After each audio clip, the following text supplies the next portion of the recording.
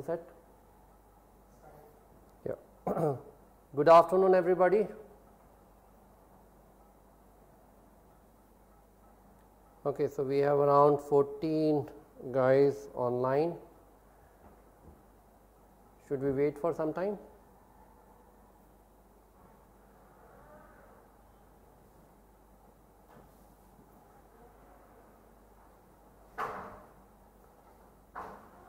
Okay, so while others are joining, what you can do, you can run some video, right? Let others are joining.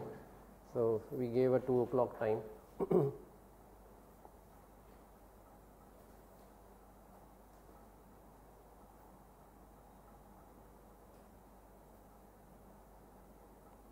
Not this one.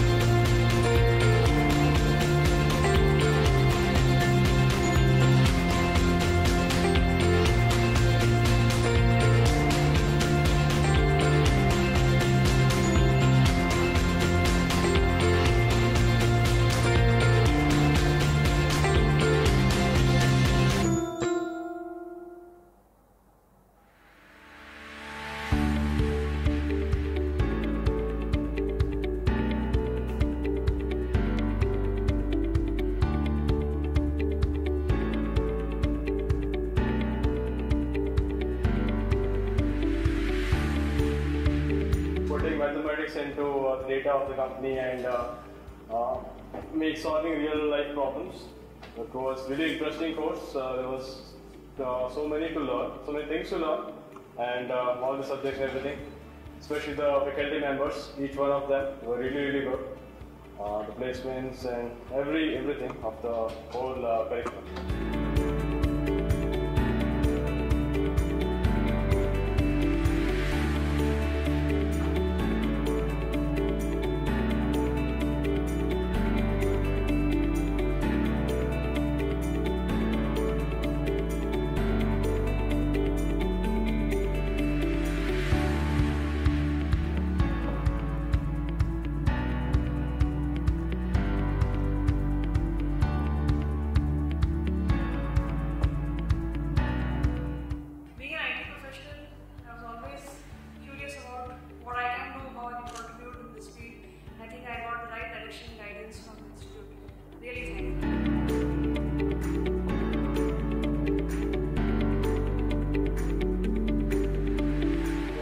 Scouting for some data science program, and then I got to know there was very few players who were actually giving this PGP full-time program, and Aegis was one of those.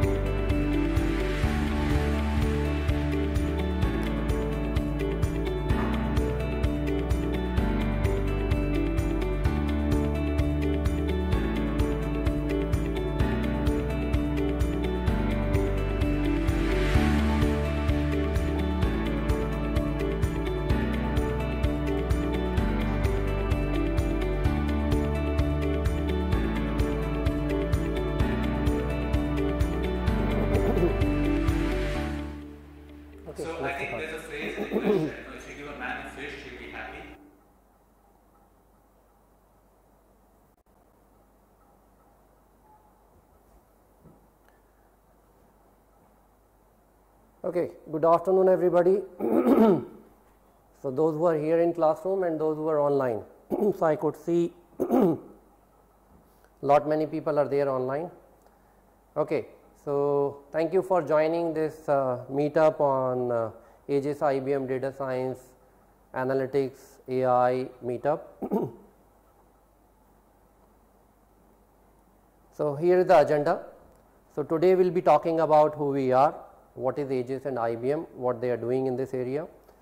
Before I will start talking about what is data science, what is AI, what is machine learning, deep learning, I will talk about, give you some demonstration about the products which we developed at our lab over here in Aegis.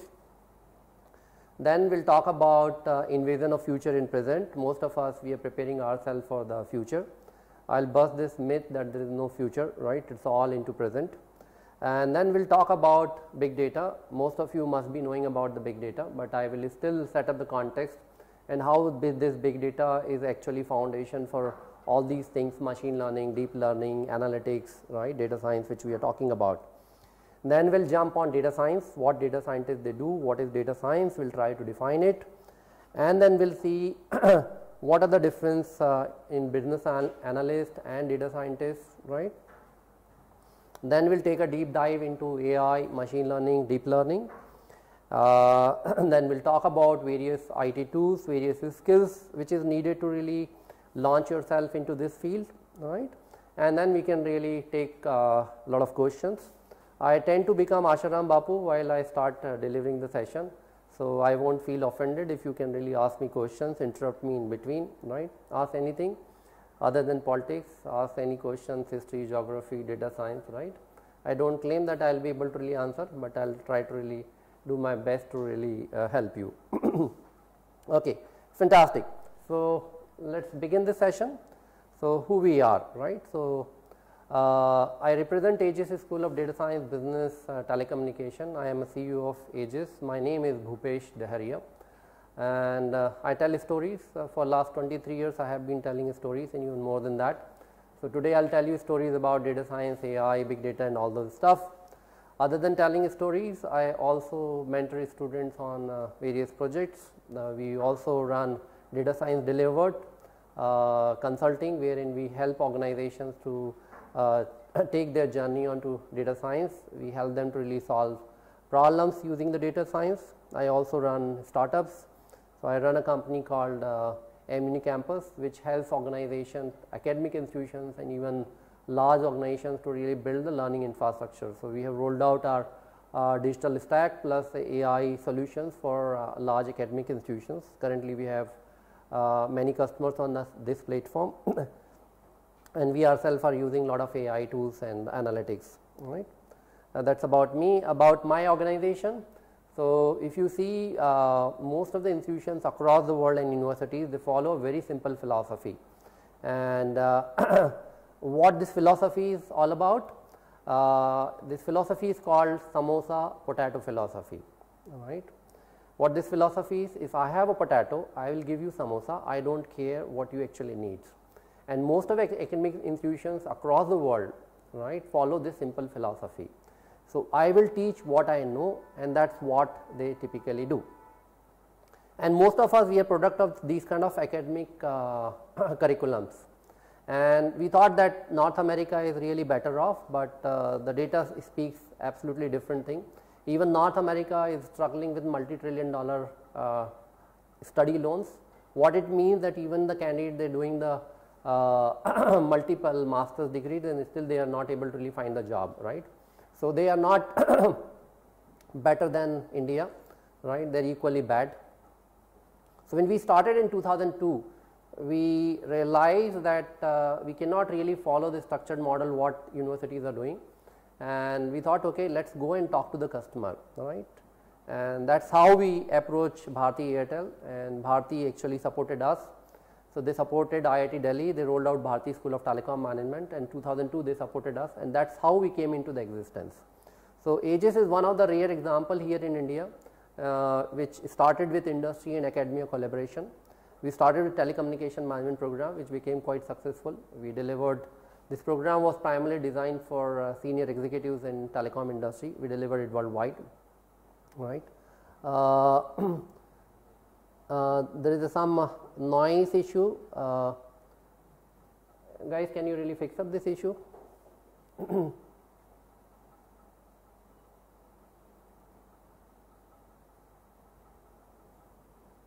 Okay. So, so that's how we started, and we saw the success of this industry academia collaboration, and later on in early 2014 we started contemplating that we need to really start something into data science, and that's how we joined hands with IBM, right. IBM, as if you know, that it is one of the largest player into this area, right. But most of you may not be knowing that IBM is pretty successful in big data. In last 10 years, IBM has invested close to $10 billion into cognitive, into big data, into analytics, right, these areas, into IoT. And their competitors altogether somewhere around $2.4 billion they have invested, right. Open source technology. So, IBM is one of the largest contributor for Apache Spark and Hadoop, right.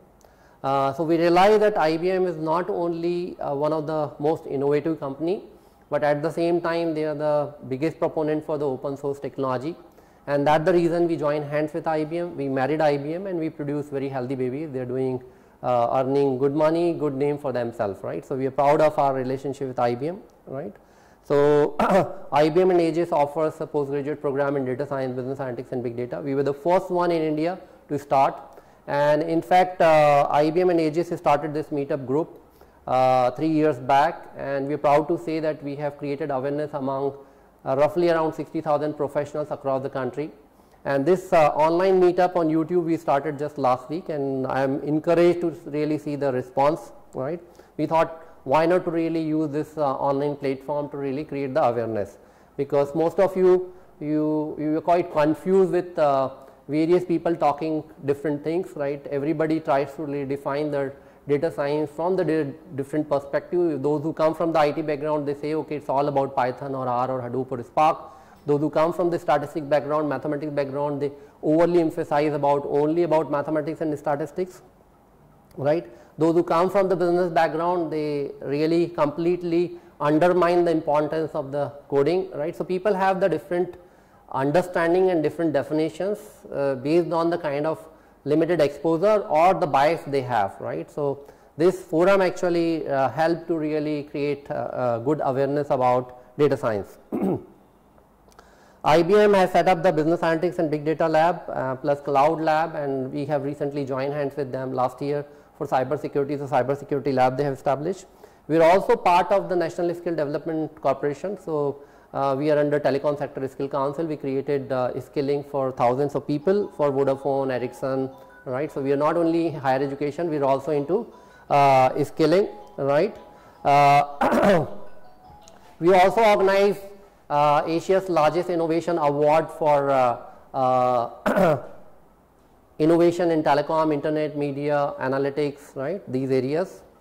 We are in almost 100 plus companies they participate, right. We also run a platform called Amuni Campus, which is like a Coursera, where you can really find a lot of short term courses, degree programs on various areas. So, about our credentials, we are the #1 program for data science in Asia Pac region. This is a ridiculous statement, because there are hardly 3-4 institutions which offer the data science program, right. This statement will be valid if there are 100 institutions which are offering. We are among top 5. Again, this is a ridiculous statement, because hardly there are 5 to 10 institutions which offers full time in business analytics. The PG program certification comes out of the IBM, right. How many of you know NVIDIA? NVIDIA, most of you play game. NVIDIA was known for GPUs, right, and they used to power the gaming. But now NVIDIA's GPUs are powering deep learning, right. So, NVIDIA is one of the fastest growing company, right. So, most of the voice recognition or image recognition application which you see on Google or Baidu or Facebook is primarily powered by NVIDIA. So, NVIDIA and Aegis last year joined hands to develop applied AI and deep learning skills here in India, right. Last month we also joined hands with AWS Educate, and as a part of this deal the student, they get access to the cloud infrastructure of AWS, so that they can really deploy whatever the model they have built on the cloud, right, and they can really use AWS cloud and a lot of content which is available on the various technology stack. Last year we have been recognized by IBM for our contribution in developing skills for data science.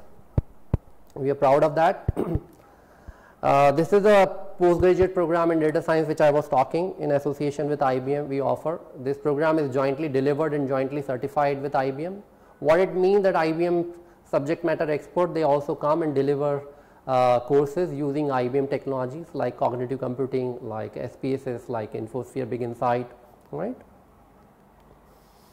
We also rolled out India's first postgraduate program in cybersecurity, heavily backed up by IBM's cognitive computing capability plus machine learning, because most of the attacks today are happening led by the machines, and if attacks are done by the machines, the machine need to really counter those attacks, and that is where we have involved a lot of machine learning component into this cybersecurity program.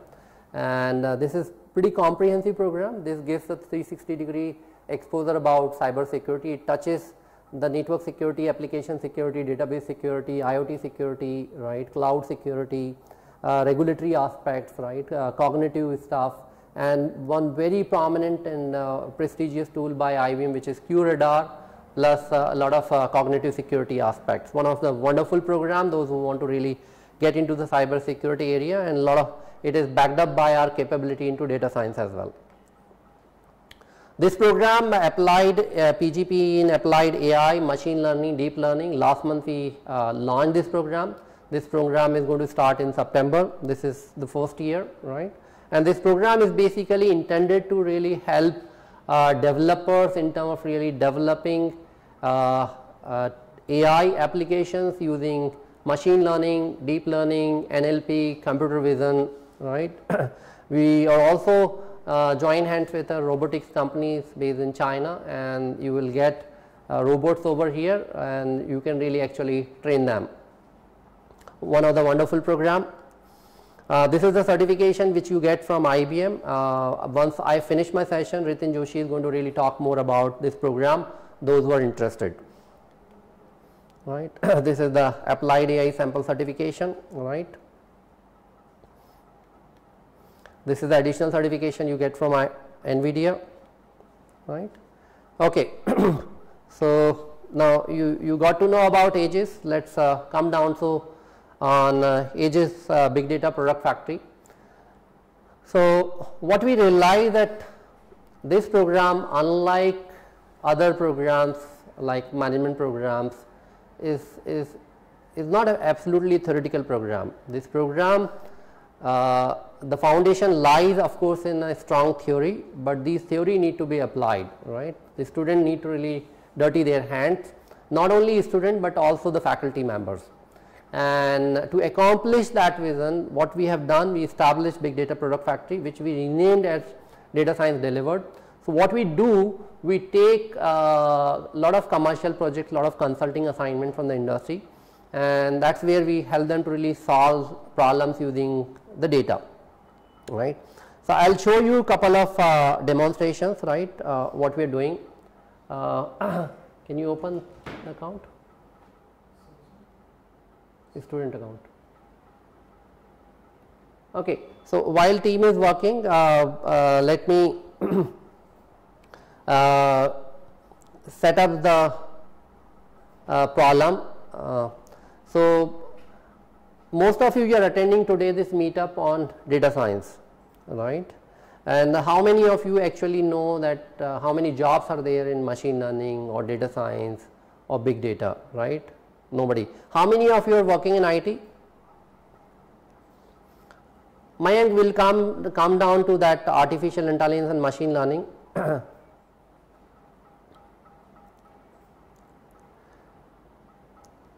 So, most of us we are going through the academic education, right. We acquire the degrees, we have no understanding whether those qualifications will lead to the job or not, right. And today if you ask any university vice chancellor or any director or anybody in human resource department or even NESCOM, they have absolutely no idea how many Java professionals are needed or how many Android professionals are needed, how many machine learning guys are needed, right. And that is where we actually try to really solve this problem using, of course, big data analytics and machine learning, right. And let me show you how we have solved this problem, right. So, this is typically a student dashboard. So, when you join at Aegis, you get this dashboard, right. And so we are using one of the students dashboards. So, this dashboard has got a courses, live lectures, placement and everything. Let us go into the placement, let us go inside placement, Aditya. Okay, click on jobs. Okay.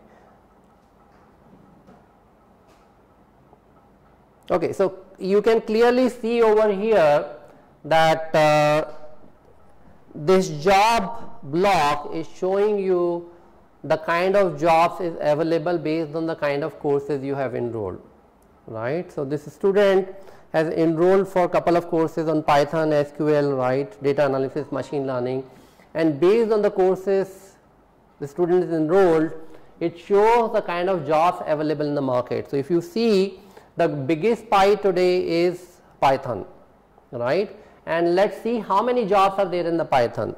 So, click on the Python, right. So, now you can see on Python 18,000 jobs are there in Python as on today in India, right. Now, the most important skill today in data science is Python, right. 18,000 jobs are available today in Python out of the 150,000 job sample in this country. I am not saying that this is the exact number, but this number is quite representative, right. By next month we will make this dashboard available to everybody. So, you can actually go out there and you can see just like a temperature, what is today's temperature, you open your mobile app and you can see what is today's temperature, right. In similar fashion, you can actually go and see how many jobs are there in data science, machine learning, Python, Java and all those stuff, right. And where these skills are needed, so Python skill is needed, just scroll down. Okay, so these skills, Python skills is needed in as a software developer, as a data analyst, as a artificial intelligence guy, right, as a Python developer, as a machine learning expert, as a business analyst, as a data scientist, as a business intelligence analyst, as a AWS analyst, right. So, this skill is required into multiple jobs, right. This also tells you where these jobs are. So, the largest market for Python recruiter is Bangalore, right. So, you can actually see Bangalore as on today requires 5,700 Python developers, right. And second biggest market is Delhi NCR, right, which has got 2,500 jobs are there, right. And third is of course Bombay and then Pune and so on, right. Now, today we are attending the meetup for machine learning AI. Let us see how many jobs are there in machine learning.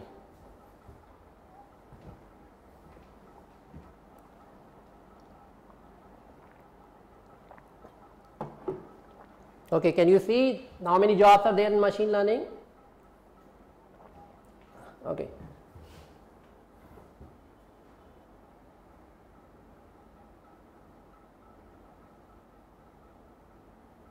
$5,770 jobs are there in machine learning today.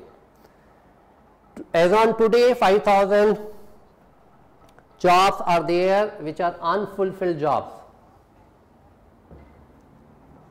in this country, right. This is a huge number, right. Of course, this cannot really employ the whole country, but 5,700 jobs, unfulfilled jobs for the machine learning is a huge number, right. And this skill is required into multiple areas, right. So, double click on that.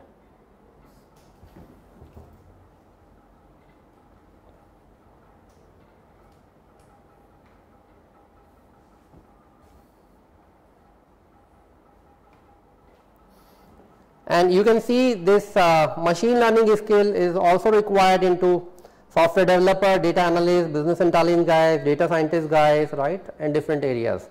Okay.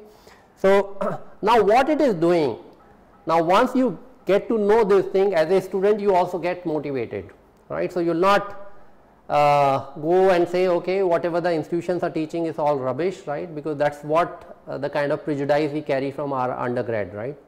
So, anybody who is at Aegis, they also know that whatever the skills they are being taught, whatever the courses is being taught, there is a relevant job is out there in the market, right, and that you see it in a near real time, right, and we keep on updating it like almost every 72 hours. Okay.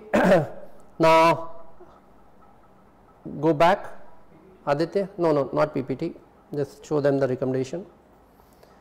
And many of you might must have seen the recommendation system which is there on Flipkart or Amazon or wherever you go, right. Now,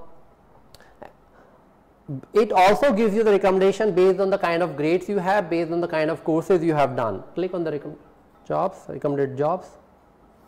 Okay. So, now this is giving the recommendation for the jobs which you can apply, right, the jobs which are there out there in the market. Right. So, it is basically fetching the jobs based on the kind of grades you got, right, the kind of courses you have enrolled. So, you do not have to really go on multiple platforms like a Naukri or Monster or Indeed, right, or a LinkedIn. It gives you the relevant job recommendation system right there in your dashboard. So, you can actually go or apply, right, and from wherever this job is listed, this will really take you to those job portals, right. Now, let us go back to PPT.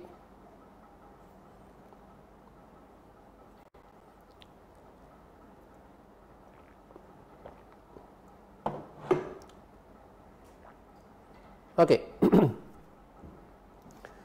Now, why this project is so significant? Because Government of India invests billions of dollars in terms of really building skills. All of us, we are spending our life, our parents hard-earned money in terms of really acquiring the certifications, acquiring the degrees, and we have no idea, even the educators has got no idea what kind of jobs are there in the market. So, now we are proposing a simple model wherein you can really build the curriculum not only relying on the experts limited knowledge and limited experience, but to build the curriculum based on the big data and AI, and that model we are proposing to a lot of other universities. That model we ourselves have implemented, right. The other thing what we did, there is a leading internet service provider based here in Bombay. They approached us almost 2 years back, and they wanted us to solve two problems. Number one problem was churn, right, and number two problem was to find out different IP addresses. So, crime branch always used to approach them with a list of IP addresses which these folks have to really find out, right, because of various cyber crimes, various like hacking, or maybe because of cyber bullying, right. They could not really find these IP addresses because they had a difficulty, right. And the other problem they want to really solve is a churn problem. Churn is essentially a customer from Idea joining Jio, right, customer of ICICI Bank leaving and joining HDFC, this is called churn, right. This is essentially a machine learning problem, and we wanted to really solve this problem, and they approached us.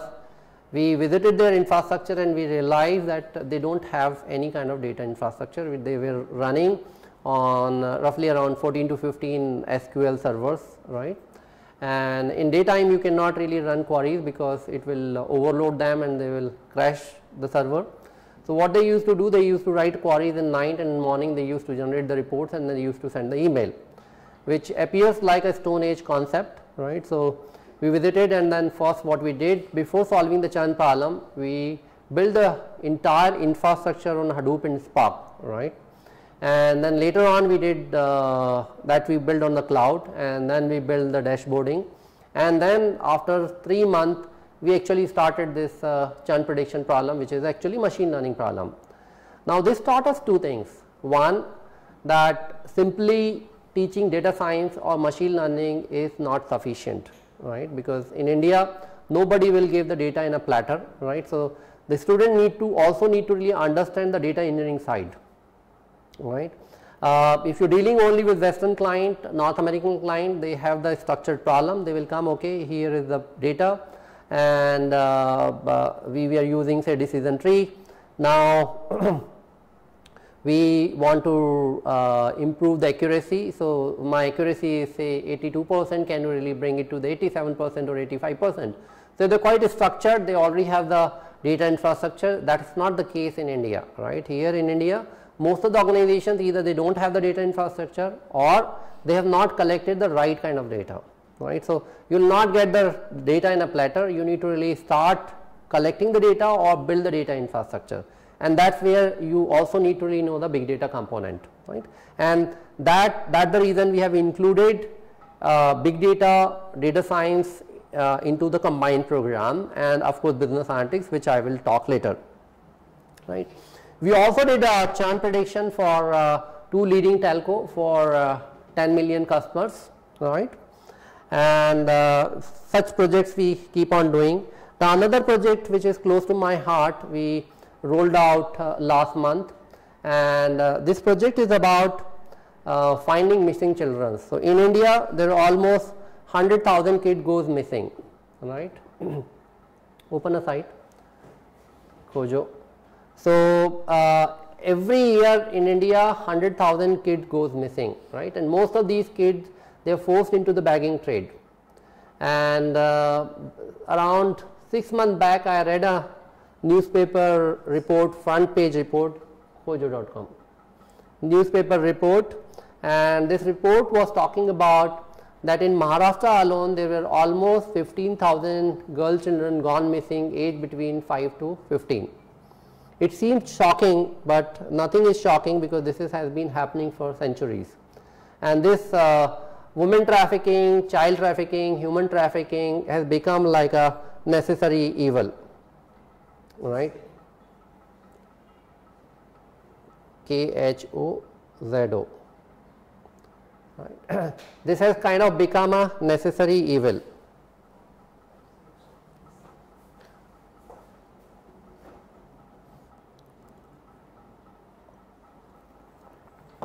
So what we did, we solved this problem, and we rolled out a project called Khojo. And what this project does,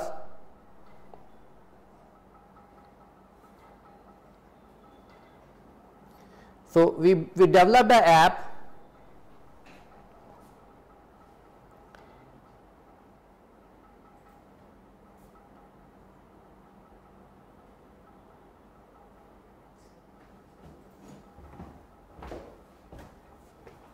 कितनी बार run किया.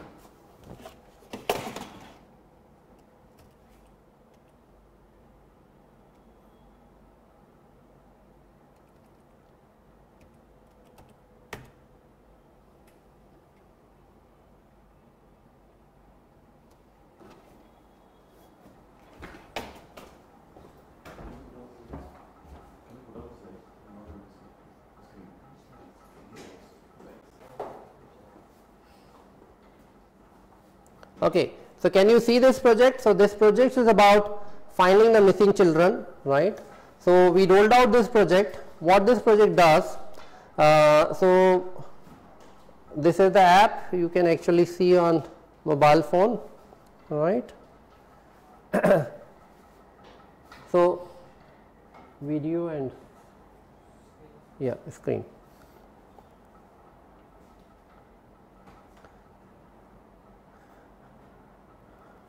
So what this project does, so this is the app, right? So what you do, you take a photograph of a children who is begging on a street, right? And what you do, you simply take a photograph, right? And then you take the photograph and you upload, right? And what it does, it simply uploads remove this banner. It uploads the photograph. What it takes, it simply takes the geolocation, right, and it uploads this photograph on a cloud. When it reaches on the cloud, what it does, it actually finds the match with the missing children's image, right, and when it finds the match, it sends an alert to the nearest police station, right, with the geolocation. It sends alert to the police station where the complaint was launched. It also sends alert to the parents, right, if their Aadhaar card is matched, and then it sends an alert to NGO.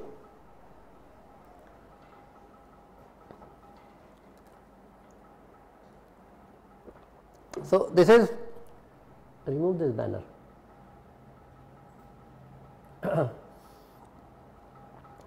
So this project is a wonderful project. Not only this involves the technology is a small piece, and why it is a complicated project, the reason being you don't have, so to train your machine learning algorithm, you need lot of sample images, and in this particular case you don't have the lot of sample images of a children, right, because you will get hardly one image, and then you have to really recognize that image, match this image with the image which you have in the database, and that actually complicates this whole problem, right. So if you have lot of images about a person, then it becomes much easier, right, and then moreover the kind of circumstances you are taking the photograph, you will not have absolutely a clear photograph. So it's a quite technically quite a challenging problem to really solve, which we have been trying for a long, right, and we actually rolled out this project, and we are likely to do pilot very soon in one of the district in Andhra Pradesh, right. Move to the PPT.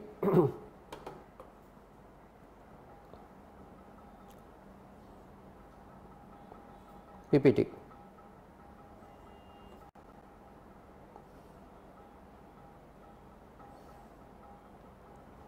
Okay. So what is the common thing in all these projects? Anyone can tell me? Let's make it interactive. So those who are online, you can really write what is the most common thing in all these projects, what is the common denominator in all these projects? Volume of data? Not necessarily, data, right. So the common denominator in all these projects are data, right, and the data is a variety data, right. So it's not only the row column data, Excel sheet data which you see. This data has got images, this data has got a log file, right, all variety kind of data, right.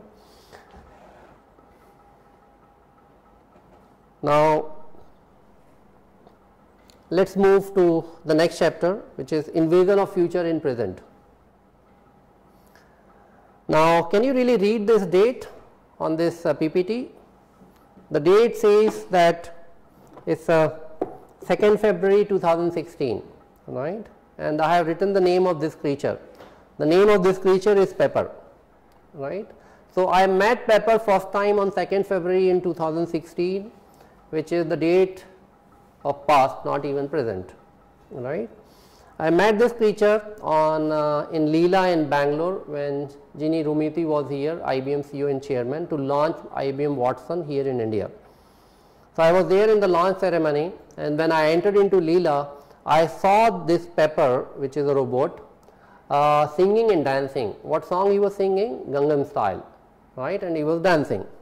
So before that I saw this Star Wars, and I was in that mood, right. So I was actually thrilled to see Pepper dancing, right, and then I saw a lot of people were surrounded the Pepper and they were shaking hand with Pepper. So I also went ahead, I shook a hand, and then he introduced me, hi, my name is Pepper, I am powered by IBM Watson and all those stuff. So I was pretty excited, and then later on the launch ceremony went for 3 hours, and at the end this is Steve on the PPT, you can see a gentleman, he invited Pepper. So the creature who is looking like a ghost is the Pepper. So Steve is my bad camera, and Steve invited Pepper, and see everybody is taking the photograph from camera, right. So Steve invited Pepper, and Pepper actually address audience for 15 minutes, and that time I had a goosebump. So I watched a lot of movies, lot of sci-fi movies, I have seen tons of these gimmicks, but I could never imagine that I will be hearing or I will be addressed by some robot, right, standing on the stage for 15 minutes, right. I could not capture a video, but I downloaded a video of similar launch. Let me run this video to you, right. Please run a video, Aditya.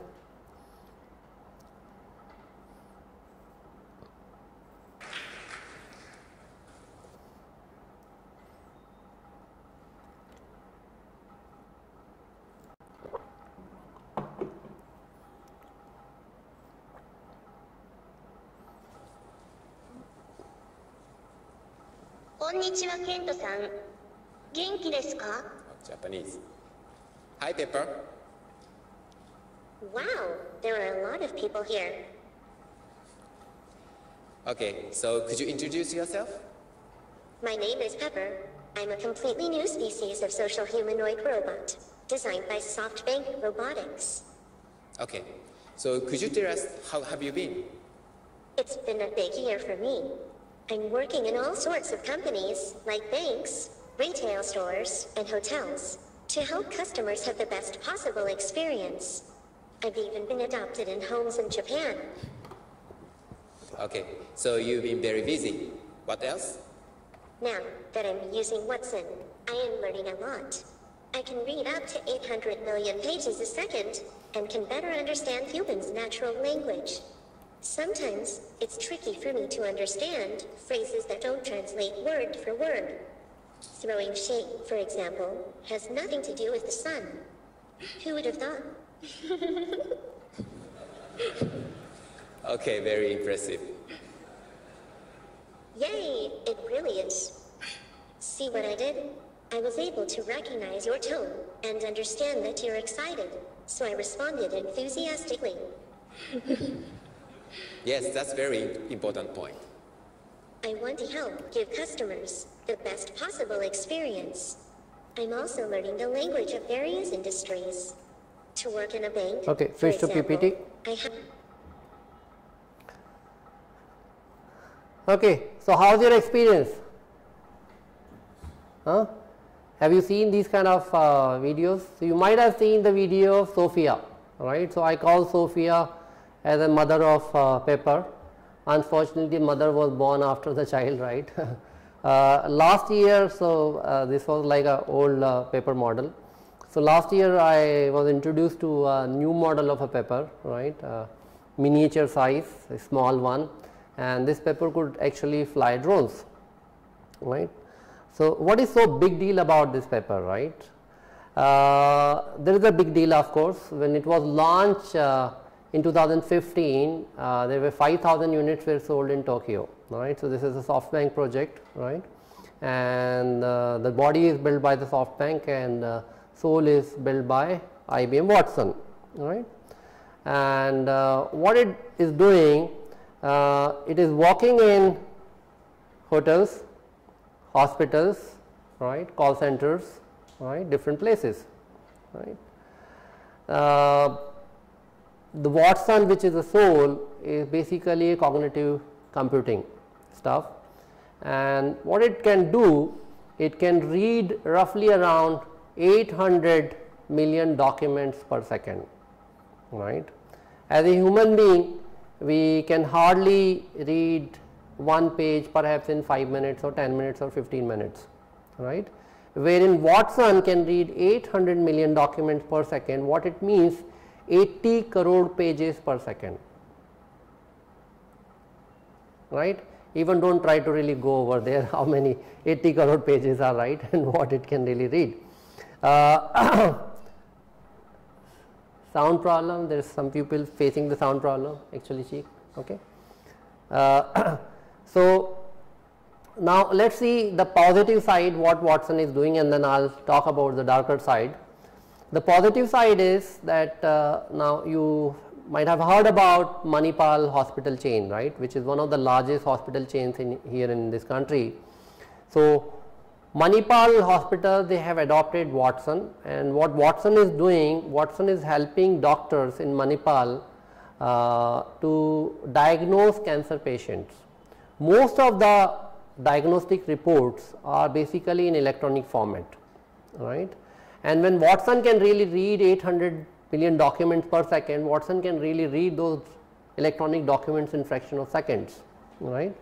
Now, if you see most of the cancer treatment facilities, they are centered mainly around metros in Bangalore, in Bombay, in Kolkata, in Delhi, right? And patients, they travel 2000 kilometers, 5000 kilometers, all the way travel down in metros, right? And they really wait doctors to just see and diagnose, and then they send them back to their home to get the treatment. Now, what Watson is trying to really do, Watson is trying to democratize this whole treatment facility, diagnostic facility. So, say for example, you are in Ranchi or in Jharkhand, you just simply upload your diagnostic reports on Watson, and Watson will be able to really tell you what kind of cancer you are suffering. So, what can really tell you, okay, you have lung cancer, third stage, treatment possibilities, first option chemotherapy, this much dose, survival rate is 0.7, second option radiotherapy, this much dose, survival rate is say 0.5, right. So, multiple options. Every day in cancer treatment, there are thousands of research paper is being published, right, and doctors, they do not have time to actually go through these research papers. Watson can really read those research papers and can make sense for the doctor. So, it is augmenting the capability of the doctors. Now, let us see on the other side.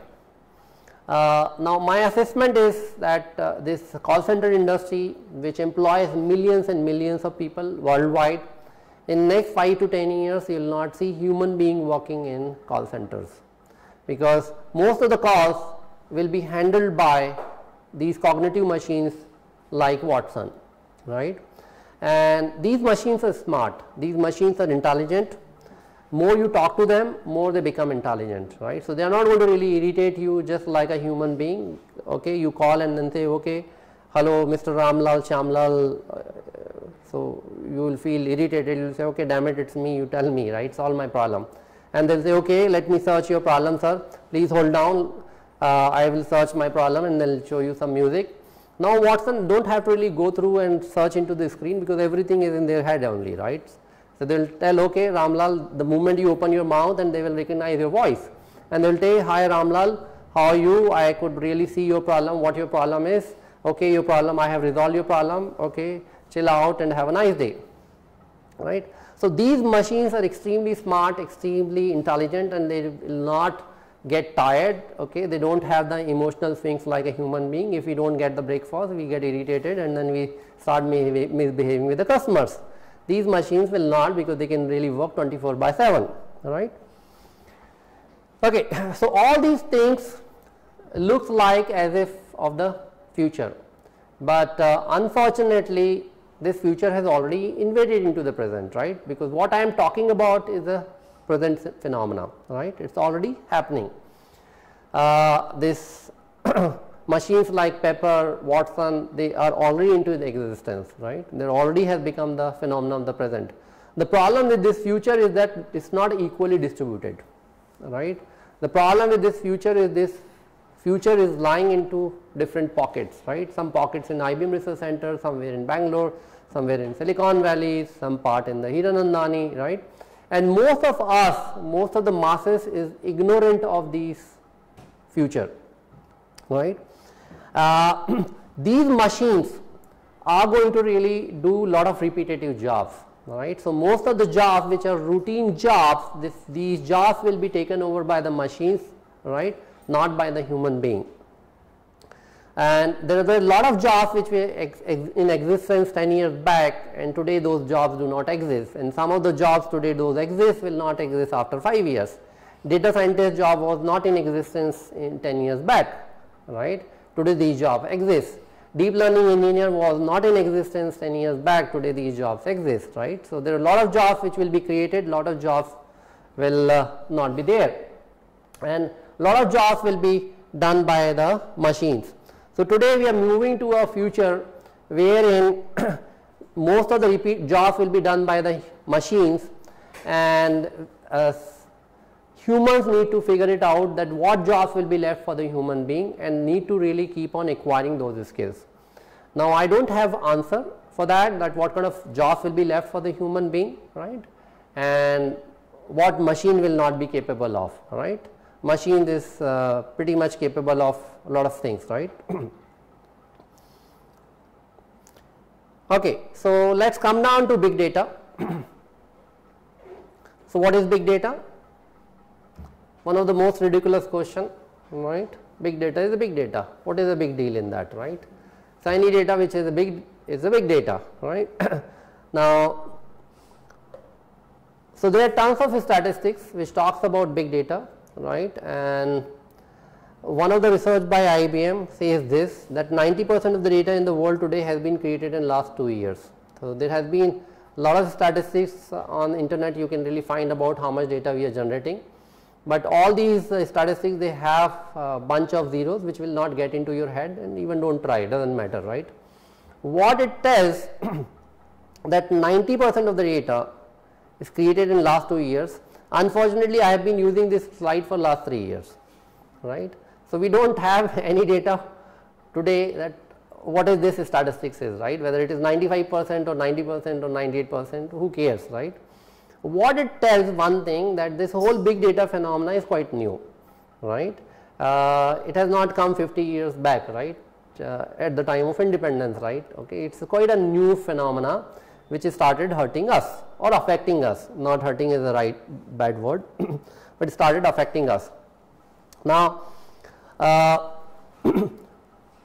from where this data is coming?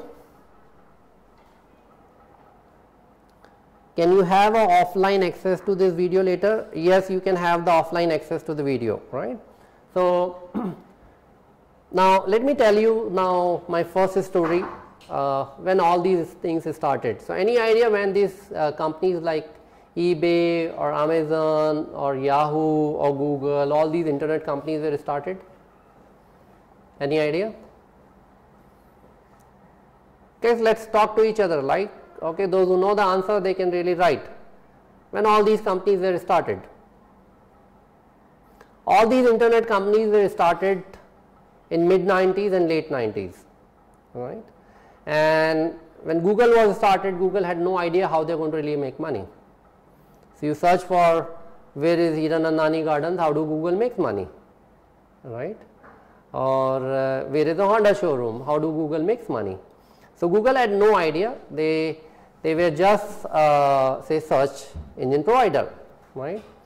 Just like Mark Zuckerberg, when Mark Zuckerberg started Facebook, he had no idea how to really make money. Napster founder actually told him that how to really make money.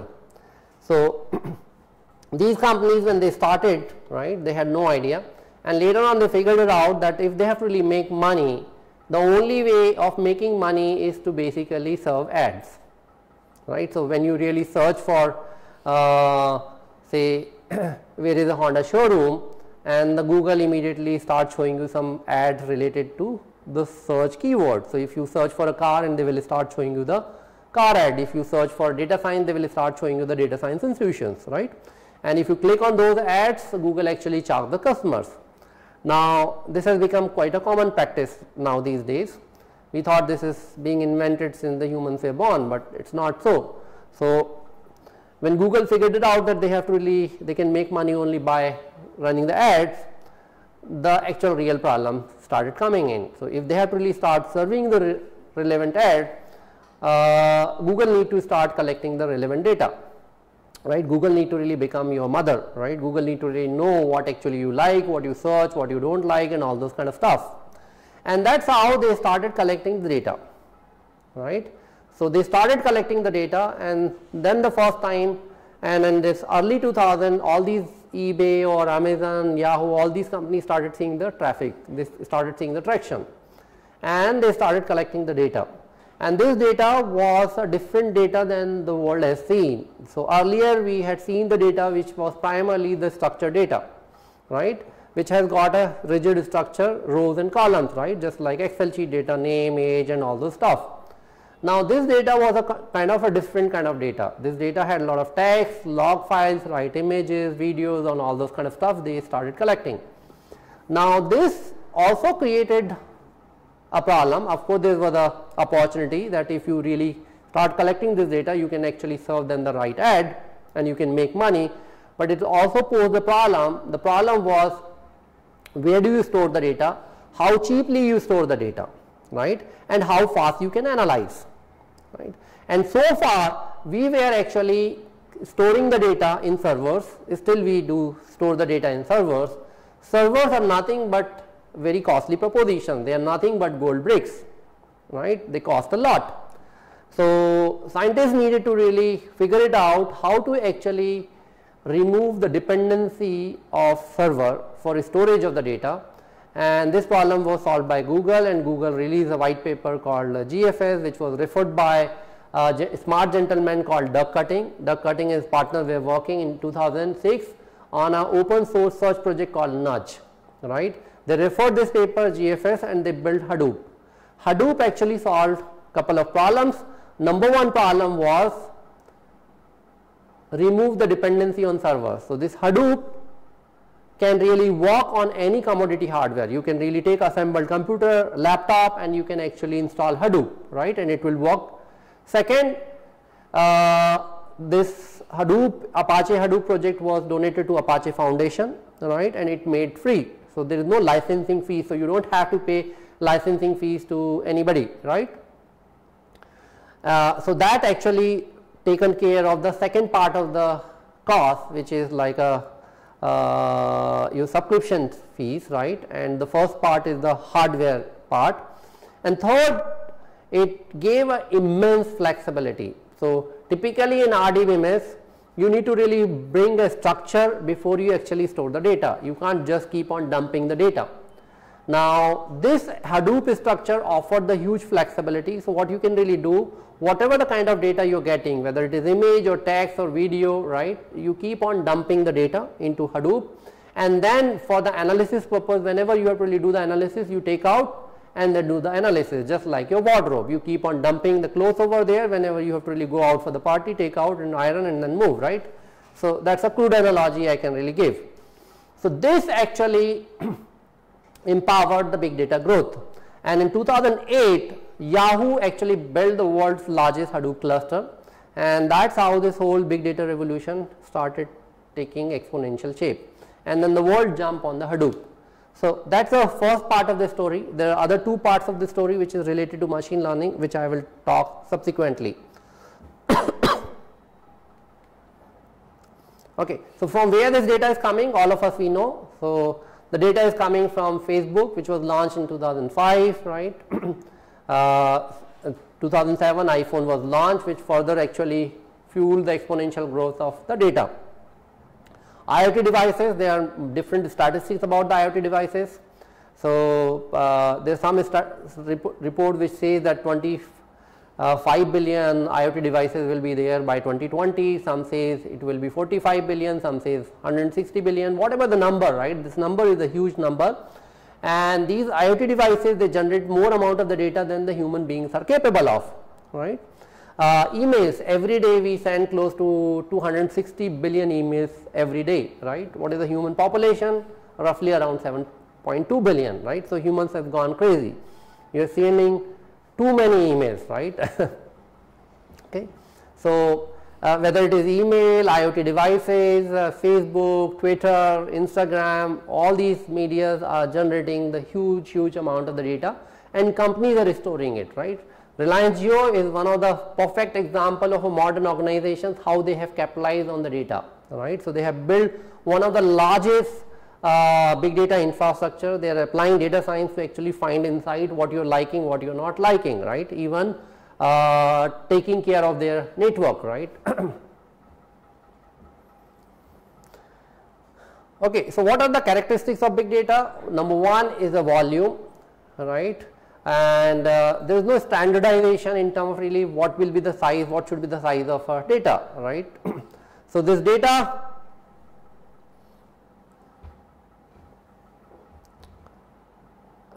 so this data could be any amount of the size, right. So when we were doing the churn prediction over here in our lab, we were handling a data of 40 GB, right, and 40 GB data, if you speak to somebody in Facebook or Google, they will say, are you joking, are you kidding, this is like a 4 KB file, right. But this 40 GB data was a huge data for us, and we could not really analyze in a single machine. So, we had to really create the Hadoop and Spark cluster to actually analyze. So, major problem what we were trying to resolve is the churn problem, which was a machine learning problem, but that problem became the secondary problem. The first bigger problem was to really how to analyze this data, right. So, we came up across this practical definition that the moment size of the data become part of the problem is a big data, right. So, there is no standardization that data has to be petabyte or yottabyte or gigabyte, right. So, whenever you see that you cannot really analyze the data in single machine, that is a big data for you, right.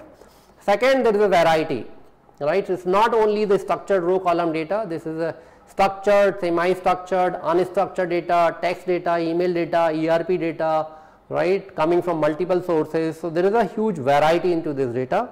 And third, of course, is velocity, right. So, data is moving at a faster pace, just like a driverless car, right. So, driverless car is going, dog is crossing the street, this car should stop or what? Hit the dog, stop, right.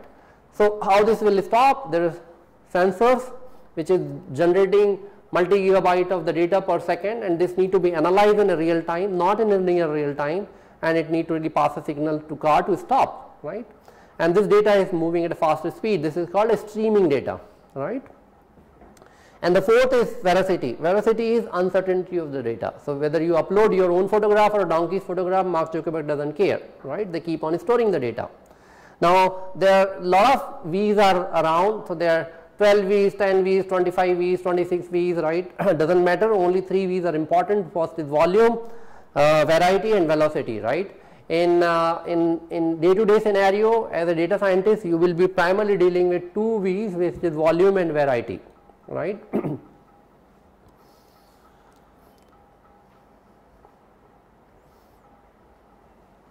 Okay, so we covered big data.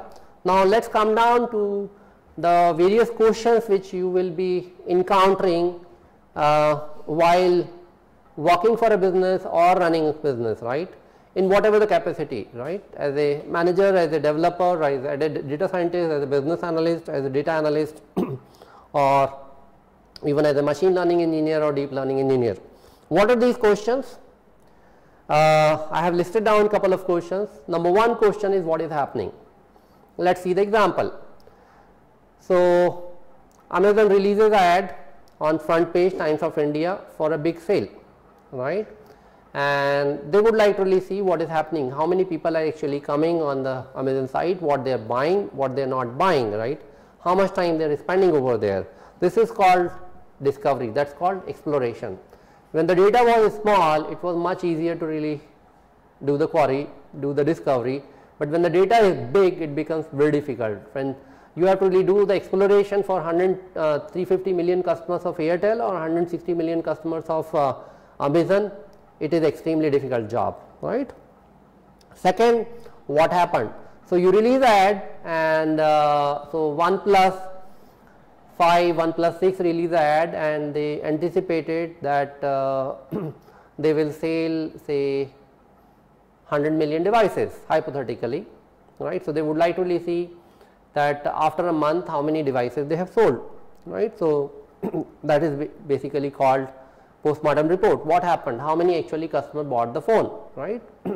So, say 5 million, 10 million or 100,000, right. So, that is called descriptive analytics. Then what did happen? My target was 1 million devices and I could really sell only 500,000 devices. Why did it happen, right?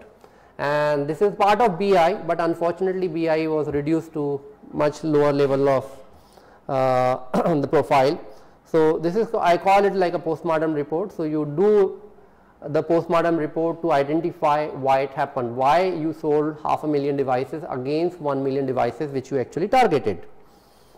Now, if you had smart data scientists or business analytics guys, they would be able to really actually predict before you launch. So, they can really tell you that, gentlemen, you might be thinking about 1 million devices, but actually you will sell 500,000 devices, right. Just like you visit a doctor and doctor actually you have a fever, doctor runs a diagnostic and doctor says that you have a fever because of a viral or because of throat infection or because of malaria, right, in similar fashion. And then doctor also predicts that if he do not treat you with 104-degree temperature, you may die in 3-4 days, right. So, that is a prediction, and then doctor writes a prescription. So, data scientists will predict that you will not be able to sell 1 million devices, you will sell 500,000 devices, though your target is 1 million devices, they will actually can really recommend you lot of prescription, which could be postpone the launch, run more advertisement, right, hire more bloggers, right, put more money on the social media ad, right, or say get away with the past bad publicity, right, or reduce the price, or there could be different possible combinations, right. So, that is called prescription. One of the real life example could be Ola or Uber, right. So, you open a Ola app and then it gives you the prediction that the car will take 5 minutes time. You press the button, it shows you 15 minutes, that is called cheating, not machine learning prediction, right. And then the moment you press the button, it also prescribes you car, right. So, this solved like a years long problem of optimization, right. And then last what did I learn, right. So, human being, they have a peculiar way of taking a decision, right.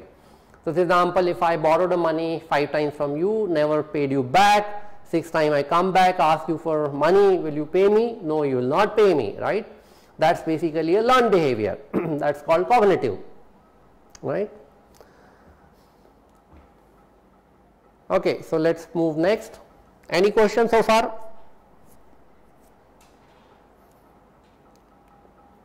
Okay, so let us come down to data scientists.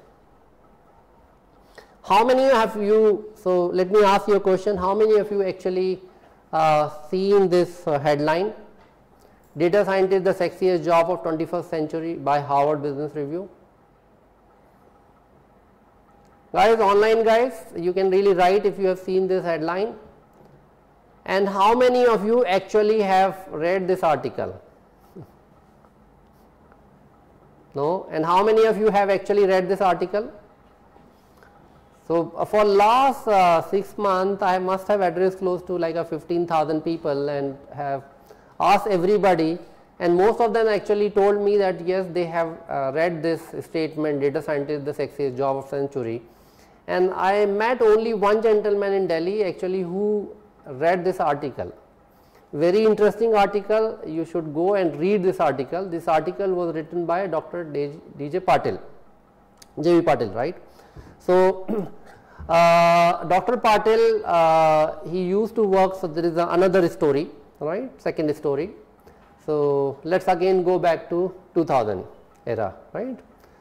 So, Dr. Patil, he used to work for company called LinkedIn, right. He was data analyst there, and his friend Jeff, he was working for Facebook. DJ Patil became first chief data scientist for US government under Obama administration, right. So, in 2008, these two gentlemen, they were kind of a bit not happy with the designation, which is data analyst kind of designation. They were doing lot of much advanced level of job what data analysts are supposed to do. So, they were building recommender system, okay, and they were doing lot of large scale data analysis and those kind of stuff. So, these guys one evening and in fact, they were in the pub and they were trying to actually figure it out what could be the possible different designations, right. And that time they came across this word called data scientist. Data science is quite old terminology, but they have kind of reinvented this word data scientist, and not only they coined this word, they actually crowned themselves, right. So, they crowned this data scientist designation on their head, right. So, if you do not like your designation as a software developer or a software tester, you go have a beer, right, and then coin some word and give it to your HR manager that tomorrow onward call me this, right, Mr. X-Man, I want to be called as X-Man, right. Funny story, but true story. Okay. Okay. So that's a second story, right. So again, let's see, 2008 was very important. This 2000 whole decade was very important. 2006, this big data was invented, Hadoop was invented. 2008, data scientist word was coined, and all of a sudden this whole, everybody in Silicon Valley, those who are doing some data analyst job, they all started changing their designation as a data scientist. And in 2012, DJ Patil wrote this article for HBR, right, and HBR being HBR, this whole fire which was limited to Silicon Valley, actually world got the fire, right. So now this became the fancy designation across the world, right, and now everybody started really becoming data scientists. Now how this whole wave came to the India? So India quite late, so I think 2013 or 14, Paytm actually created a lot of buzz in this market. Paytm hired around 8 data scientists, and they paid roughly around 350K. The current start salary for data scientists in US roughly around 110 to 150K, and they paid 350K, 3,50,000 US dollar, and 90% of the Indian CEO's salary does not match to that, and that actually created a huge ripple in the market, right, which turns out to be almost 1.9 crores. It's a huge salary, right. And I think you're not wasting your time Sunday afternoon attending this meetup, right. So 1.9 crores is pretty big money, right. So and that's how everybody in India started becoming data scientists, right, because we are greedy, right, we want money. But on the serious note, we have a lot of coding skills, right, we, at least on paper, we know the mathematics, okay, reality is different thing, right, and these two things actually requires to become data scientists, which I will talk later on, right. So this whole data science is not like a 50-year-old phenomena or like a 100-year-old stuff. This is quite a new designation, right. 2014, I saw on LinkedIn there were roughly around 40-45 data scientists in India, and now today you have hundreds and thousands of data scientists, most of them self-proclaimed data scientists, half-cooked, half-baked data scientists in India, right. Now I know most of the data scientists in this country and a lot of data scientists across the world, most of the prominent data scientists, and we ourselves do a lot of data science job over here, and I completely disagree with this statement, data scientist the sexiest job of the 21st century. This is not the Shah Rukh Khan's or the Deepika Padukone's job, right. Neither the job is sexy nor the data scientists are sexy, right. Okay. Okay, sorry for my sexiest remark, right. What is the sexiness in this job, right, which is actually brought you on Sunday afternoon on this meetup, while you could really go on and watch Mission Impossible, right, or roamed around in malls or slept, right, because we are greedy, right. There is a lot of money, right. Now what kind of money these folks they make? So start salary in data science is roughly start from say 5.5 lakh, it goes to roughly around 15 lakh, that's the start salary, right. If you are in any IT company, maybe in TCS, Wipro, Cognizant, roughly it takes last year it was 5.5, this year is roughly around 6.5 is the start salary. To reach 6.5 lakh rupees, roughly it takes like 3 to 4 years or 4 years in minimum to really in TCS or Wipro or any other organization. That's typically the start salary over here for the data scientists. Now anybody who has roughly around 5 years experience, their salary ranges somewhere around 25 lakh to 45 lakh. This is the kind of salary they are drawing right here in India, right. Those who are 8 or 10 years plus, first of all they are rare breed, and their salary ranges from somewhere around 70 lakh to 1.5 crores right here in India, right. Now, what is the other sexiness in this job? These data scientists, they are magicians, right. They have a crystal ball, and inside this crystal ball you just give them the data. So, you give them the data of 350 million customers of Airtel or 160 million customers of Amazon. They will put this data inside this crystal ball, then they will put R or Python or Hadoop or Spark or deep learning and machine learning or NLP, and they will really find out the possible answers and possible questions, right. Unlike most of the business analysts, unlike most of the business managers who need to be given a problem and then they will solve the answers, these data scientists, their food is basically data. You don't define the problem, even if you give them the data without defining the problem, they can really come up with the problem. And one of the most important thing in any business is actually to find out the problem, to define the problem. If you define the problem, actually you have solved the problem, right. So, one of the most important and most difficult part is basically to identify the problem, formulate the problem, which these guys are extremely good at, right. Now, what is data science? Data science is about making sense out of the data, right. This is the simplest definition I could come across. There are tons of the definitions which are out there in the Wikipedia. You're most welcome to really go and put your head again those definitions, but this is the simplest definition. Data science is about making the sense out of data, period, nothing more, nothing less, right.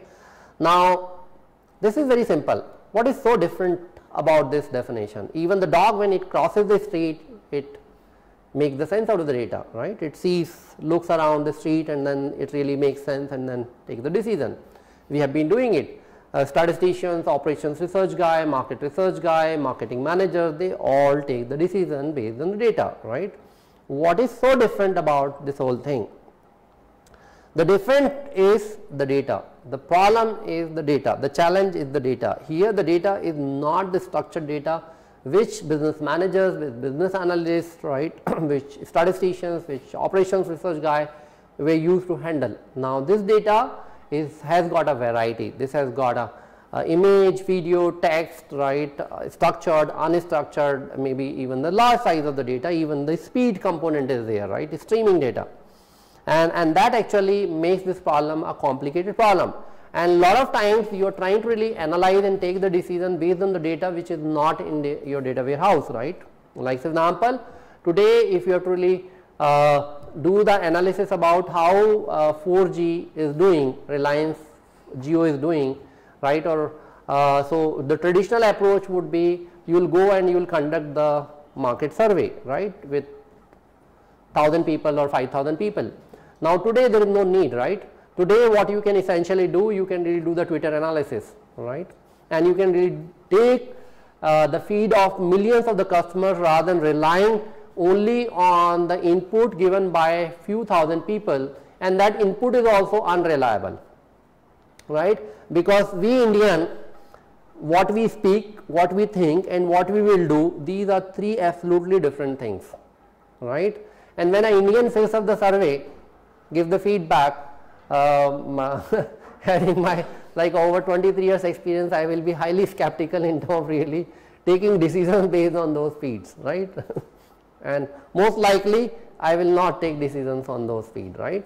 So, rather than taking a decision based on 1000 people's data, I would prefer to take a decision based on the 5 million people's data, right, and that is what companies are doing.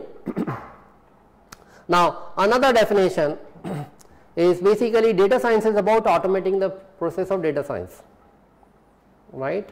Now, this is a bit complicated, let me explain you with example. Now, most of you must have seen this stuff, right. So, when you really go over Flipkart or Amazon or Snapdeal, you search for a shirt, you are searching for a grey shirt, nowhere it is giving you recommendation for option for pink shirt or red shirt or yellow shirt, right. It behaves smartly, it behaves just like a human being, right. You search for a grey shirt, it is showing you blue or grey or different shades, right. Now, on Amazon there are almost 25 million customers and 5 million products on on Snapdeal. Amazon there are 160 million customers and 50 million products, right. Now, it is impossible to really do the manual analysis and manually serve those recommendations the way you do it in the shop, and actually you are replicating the shop experience over here on the web. Now, in this case, what actually you are doing the same thing, right? You are automating the analytical process, you are automating the process of data science, right, by data products. And what this data product is called? Recommender system, right? And the power of this recommender system is 1/3 of the revenue, 1/3 of the Amazon's revenue comes out of recommender system. 1/3 of the revenue of Snapdeal comes out of the recommender system, right? Who has built? Machine learning guys, data scientists, they build these recommender system, right? Any questions so far? Some products we buy online are suggested by AI bots. Yes, it is true, right? And most of these products are suggested by recommender systems, right? So they are not AI bots, they are called recommender systems. Okay, so let's come now to the next phase. Okay, what are the skills and competencies which are required to become a data scientist, right? So this is the skill competency matrix for data science, right? Now, if you see at a base, you require to have a domain knowledge, right? So I have worked in telecom, I have worked in education, I understand these two industries. You give me a data of a cancer and then ask me to really build a model for cancer, I will not be able to do, because I do not know what leads to cancer, I have not studied, right. So domain is one of the important thing, but you do not have to really worry about the domain, because in the large companies wherever you will be working, you will have a domain expert working with you, right. So these domain experts from the finance or say insurance, from healthcare, right, different background domain experts will be sitting with you, and they will actually help you to really walk you through that journey, right. So you do not have to really take a lot of burden on your head that you have to gain the domain expertise, right. So there are guys, those who have 25, 30 years, 40 years experience, domain experience, and they will actually help you, right. Thank you. Okay. Now, the other thing, what you require is basically a very good or strong understanding about mathematics, right, statistics, probability, right, linear algebra. These things you need to really know, because at the end of the day, any analysis which you will be doing is basically a math, right. All these algorithms which you see, they are nothing but they are bunch of mathematics wrapped into the code, right. These codes are into Java or Julia or Python, right, or different languages, right, but they are essentially mathematics, right. Then machine learning, the backbone for data science is basically machine learning, right. It's all machine learning. And machine learning, the traditional name of machine learning, the original name of machine learning is statistical learning, right. And what this machine learning does, machine learning actually adds wings to your computation, right. It adds wings to your models, right. It adds wings to your analytical process. It helps you to really build lot of data products, right.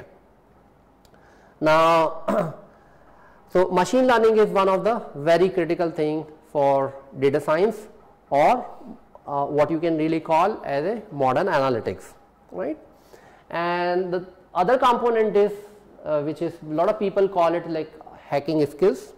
We call it like a lot of bunch of IT tools, right. So you can really put all these IT tools, be it R or Python or Hadoop or Spark, right, or MapReduce, right, a Tableau, ClickSense, right, Cognos, all those stuff you can really actually put over here, right.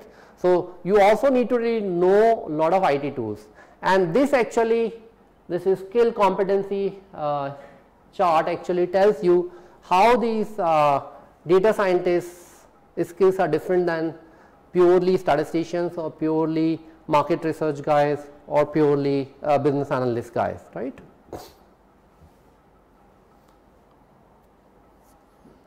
Okay. Pankaj, R versus Python, which one is better? Pankaj, I will come back and answer these questions once I really reach to the skills which you require. Okay. Now, business application. So, you pick up any industry, right? Whether it is say manufacturing, whether it is airline, whether it is healthcare, whether it is insurance, right? Banking, education. You pick up any industry. All these industry uses data, right, to take the decision. Even every functional area, right, be it operations, be it supply chain, be it marketing, be it sales, be it HR, be it finance, all these functions actually runs the data, right. So, it is applied almost everywhere.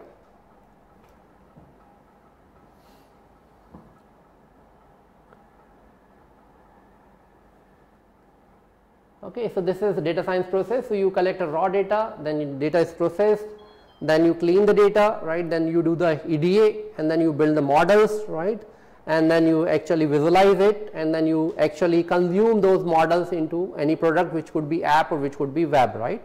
I will not go deeper into that. Okay, what data science covers? Data integration, distributed architecture, automating machine learning, data visualization, dashboarding, data engineering, deployment into production mode, automated data driven decisions, right. So, data science is pretty vast, right, and list is keep on growing.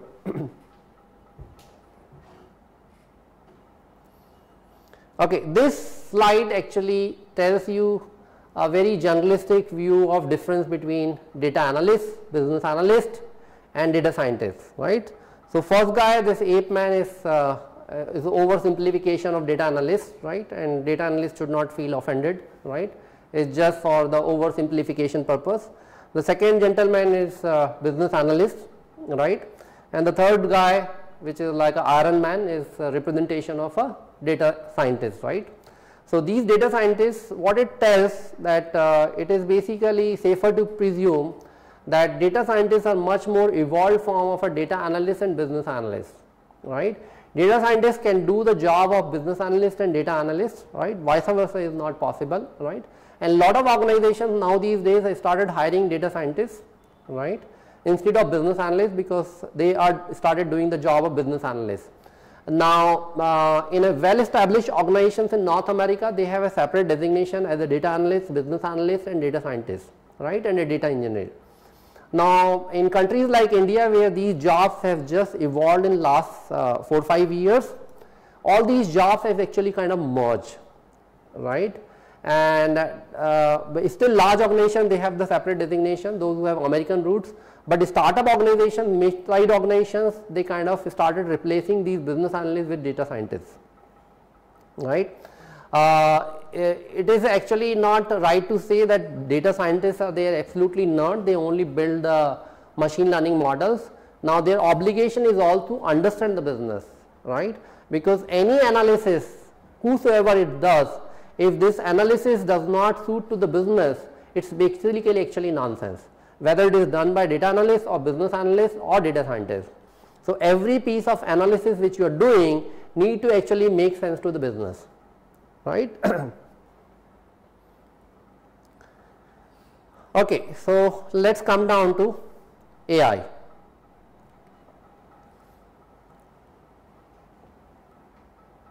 Okay. Now, what is AI? So, AI basically, AI is nothing new, AI is a quite an old philosophy, right. So, in mid 50s when computers were evolving, scientists thought that how about training machines to do tasks which are simple for the human being, right. And what are the tasks simple for the human being? Like recognizing between cat and dog, distinguishing between your mother and father's voice, right, identifying whether this is black or white, right, those kind of stuff, right. And it took 70 years roughly to even train machines, and machine still is not able to really do with 100% accuracy to do these tasks, right. So, AI is more of a philosophy of bringing machines closer to the human being, right. And if this AI is a separate field, right? It is not, because now there is an organization called Gartner. Gartner releases every year research report which is subscribed by leading organizations, all the tech leaders. And Gartner says that by 2020, every piece of software, every piece of technology application which you will be developing will have some or other degree of intelligence, embedded intelligence. And inherently this intelligence will come from AI, right? And behind AI, what is there, we will see that. Now, when you have to really bring machines closer to the human being, you need to really actually transfer the human form of the intelligence, right? And when you really form natural intelligence to the machine, that becomes the artificial, right? I don't know how it becomes, but that's what people call it, right? Artificial intelligence. But what are the different forms of the human intelligence which you will be passing to the machines, right? One is planning, because humans can really plan, humans can learn, humans can really see, right? Humans can solve problems, humans have perceptions, right? We have social intelligence, right? We can see, we can read, we can really walk, right? So these are the different forms of human intelligence are there. Now, if you have to really transfer these stuff to a machine, right? So just like the you can really read, right? If you have to really transfer that skill to a machine, that will become, say, NLP, natural language processing. Now, human can really see. Now, if you have to really transfer that intelligence to machine, that will become a computer vision. Computer vision, all these are the subset of computer science, right? And let me show you this representation, right? So, and if these machines have to really learn, right, you will actually give the power of machine learning, right, just like a human being. So, how do really human being know that this is a black and this is white, right, this is a cat and this is a dog, because you have learned, right. So, machine learning essentially helps machines to really learn. When we are talking about machine, we are talking about essentially computers, right. Natural language NLP actually gives power to machine in terms of really reading capabilities, right, comprehending capabilities. And then if machine has to really see, you pass that computer vision, right. If machine has to really walk, run just like a paper, the robotics will come into the picture, right. So, AI is basically nothing. AI is a more of a philosophy of passing human intelligence to machines, bringing machines much closer to the human being, and it's basically compilation of various technologies, right. And today most of the application which you see in the market, right, which is like a Siri, which is like Cortana, right, Alexa, most of these applications are basically low level AI applications, right, and most of these applications are primarily built on machine learning and deep learning, right, or NLP, right. And they do not include robotics or other forms of computer vision or other stuff, right. Now, so machine learning is essentially, right, some scientists believe that AI is very real and dangerous threat to humankind, and what about that? So, Mayank, you will not be finding AI that is, so what they are talking about, you are not going to really see in near future, even in the remote future, about Terminator kind of scenario, right, wherein AI will start directly fighting and start killing with the human being. You will see a subtle format wherein a lot of these AI applications will start replacing the human being in the jobs, right. They will not kill human beings, right. Okay, so when any technology comes, there are a lot of conspiracy theory starts running around, right. And Elon Musk, I think, was spreading these rumors, right, but Elon Musk, his own company Tesla, is more of an AI company than the automobile company, right. Everybody else makes cars, but they are giving brains to the cars, right, so that the car can really drive at their own, right. So, perhaps Elon Musk failed to really understand the AI which his company itself is using, right. Okay. So, Amit Dubey, where does neural network comes in AI, right? So, neural network, so most is basically is, so AI, deep learning and machine learning is a subset of AI, right. So, machine learning and deep learning helps machines to come closer to the human being, right. It actually helps to accomplish the task or philosophy of AI. Neural network is basically a type of algorithms, right, and which actually mimics the human brain, right, and they became prominent under the deep learning, right. So, our human brain works on the neurons, so we have billions of neurons in our head, right, which actually helps to take the decision, right, and that actually has become quite prominent in last 5-6 years. Although neural network came into prominence in early 80s, right, but that time we didn't had the processing power, right, we didn't had lot of label data, which actually became available in last couple of years, and that's how the neural network and deep learning became prominent. Okay, so let's see what is machine learning.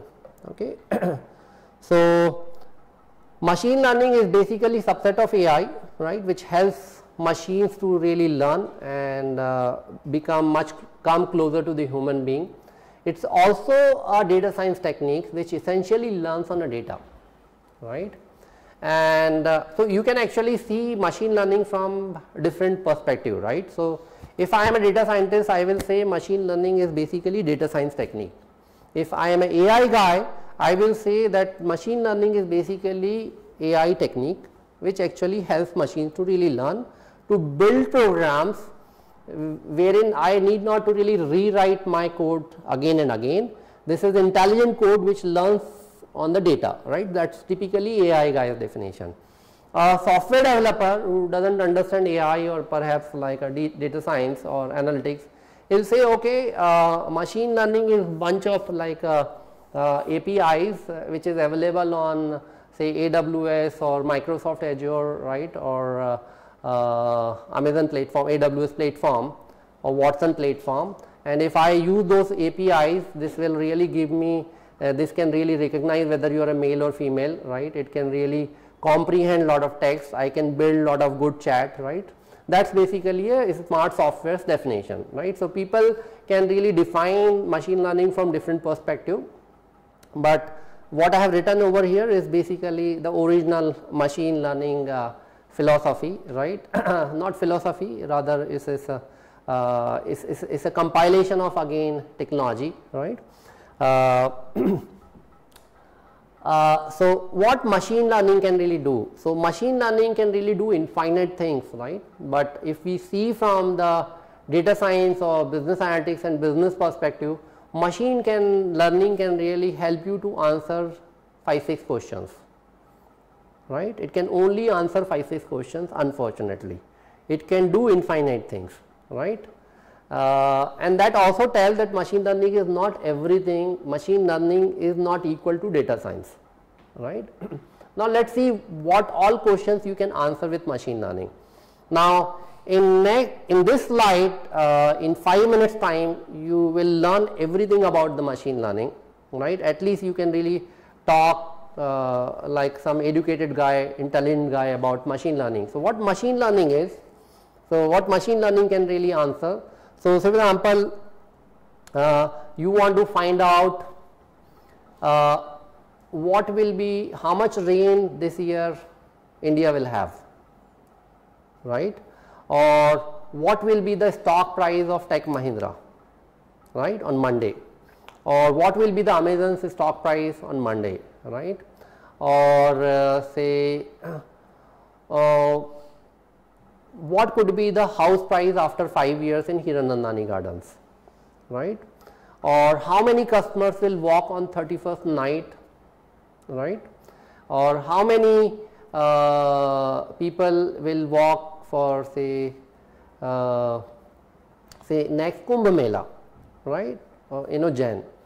Now, if any kind of these problems you encounter wherein which is related to numbers, right, you call these problems, you can really solve these questions using a lot of regression algorithms, right, which is in regression is there in statistics for last 200 years, which is borrowed in machine learning in last couple of years, right. This is called supervised learning. So, you can apply a lot of regression algorithms, there are bunch of them, and then you can really find these numerical value, right. How much, how many, these kind of questions can be answered by regression algorithms, right. Now, second kind of problem which is kind of called classification problems, wherein you want to really find out whether it is black or white, whether it is red or green, whether it is cat, dog, animal, donkey, elephant, zebra, tiger, right. Or say on Amazon, if I have to Amazon, I have to really find out whether it is black shirt or a white shirt, right. These kind of problems, if you have to really figure it out, or whether this is a cancerous cell or whether this is benign cell, right, this is malignant cell or benign cell, right. These kind of problems, if you have to really solve, you can apply classification algorithms, right.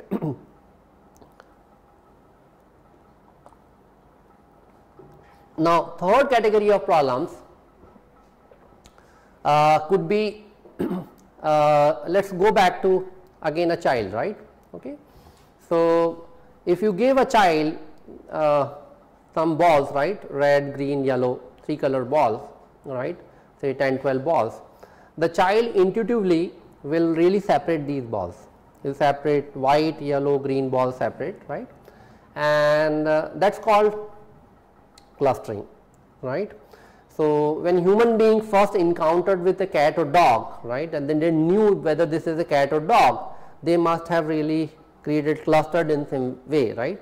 That is, a smaller one is a cat and the bigger one is a dog, right, and the bigger than dog is a tiger, right. Okay. So, this is how they must have done the clustering, and then they must have labeled it, right, they must have named it, right, and once they named it, then it becomes a classification problem for the human being, right. So, machine learning is nothing very simple. The way a child learns, the same way machine also learns, right. So, if you are to really train a machine is again is a computer. If a computer you have to train to distinguish between a cat and dog, how you will do that? So, what you will do, you will feed 100 images of cat and 100 images of dog, right, and the next image, if it belongs to cat or dog, if you feed into the system will be able to really recognize with certain degree of accuracy whether this picture belongs to cat or a dog, right. That is a classification problem, right. Now, the another kind of problem is basically this problem, your mothers are extremely expert to really solve these kind of problems, which is called whether it is normal behavior or abnormal behavior, right, anomaly detection, fraud detection. So, you walk inside your home midnight covering your mouth, sneaking around the house, and your mother will be able to really detect that this is a not normal behavior, you must be drunk, right. And so, how do we really actually train systems to actually do that? So, for example, you are using credit card and never ever you have done credit card transaction more than 5,000 bucks, and all of a sudden you did a credit card transaction of say 20,000, and the bank will give you a call, sir, is it you who have done the 20,000 credit card transaction, right, and now they have automated this whole process. So, you get now the automated voice call, right, and you have to really press 1 or 0. So, these systems, these algorithms, anomaly detection algorithms are trained, you can really actually train to find out the anomaly, to find out what is abnormal behavior, right, what is not normal behavior. This is called anomaly detection algorithm, there are a bunch of them, right. The other kind of problem which you can actually solve, and actually from where this commercial usage of the machine learning started happening in early 2000, which is basically ranking algorithm, right, and Google is built on that, right. So, if you have to really rank couple of pages, how you will do that, right. So, there are ranking algorithms, page ranking algorithms are there out there, right.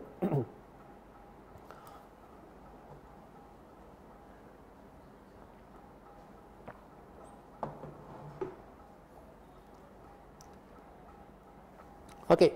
So, let me show you a fantastic application about personality insight, right. So this is Watson APIs, okay, and so let me give you an example. So those who are developers, software developers, actually you can use these APIs to really make smart applications, right. Please open this personality insight.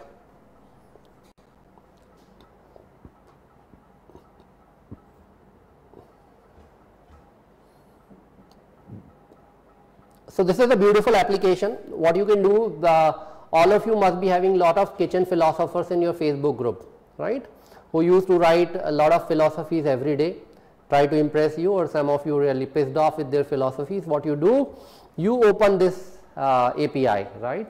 This is a beta API available on Watson platform. This is called Personality Insight, right. Pretty scary API, right. So what you do, so you can actually analyze their tweets, you can analyze their text. So let us analyze the text, right. So there is already some text is already feeded, but you can actually cut and paste some text.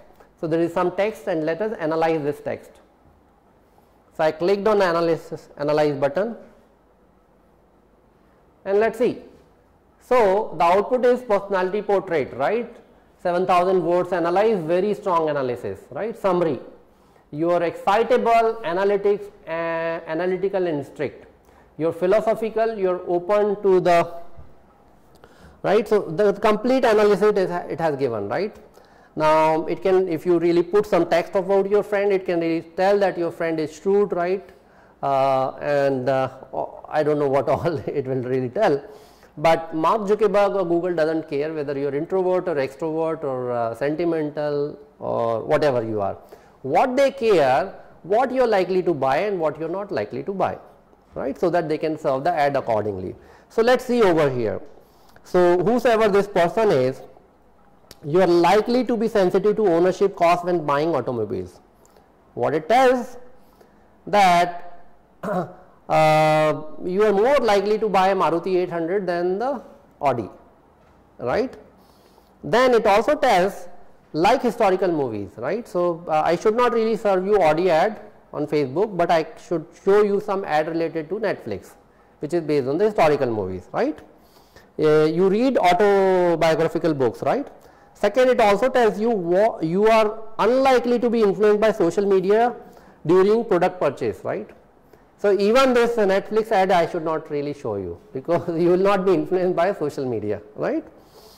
Prefer style when buying clothes, right. So if you know this information, and the moment you are walking inside say a shopping mall, I should really show you some ad related to some new designs, right.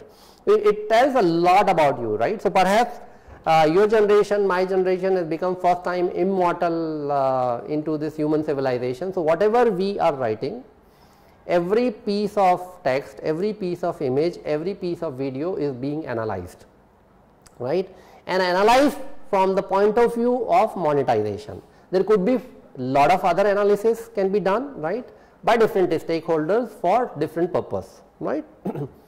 Okay, bring back to the PPT, please.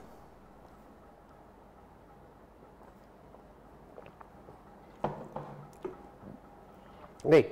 So other APIs you can really go, visual recognition, a wonderful API, you can really go and check yourself.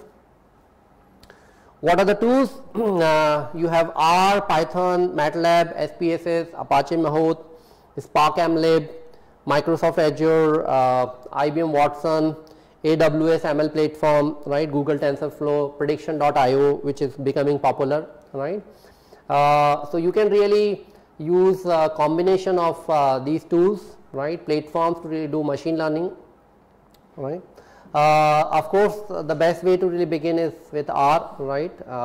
Most of the people, they keep on toggling between R and Python, but Python is becoming more prominent now these days, right, at least in India. MATLAB and SPSS, MATLAB is more used in academic purposes, but industries are also using, right. SPSS is more for the statistical analysis and predictive analytics, right. Apache Mahout and Spark MLib is primarily used for the large scale machine learning. We are using over here Spark MLib because you can really do using the Python as well, right, and we did a lot of use cases with Spark MLib. and as a data scientist life, as a machine learning guy, you are likely to really handle with a large volume of the data, and when you have to really handle the large volume of the data, Spark MLib is really fantastic platform to really do that, right.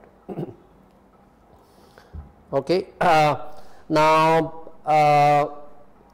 you see, the world is moving towards a phenomena wherein companies are expecting you to build products as well, specifically startup companies, right, and that's where from this year onward we have jumped to a phenomena called full stack data scientist, right, and wherein not only you have to really build the models, right, you have to also consume these models into a web app or a mobile app. Like for example, you have built a model for recommender system, right, you have written bunch line of code in R or maybe a Python, but that's not sufficient.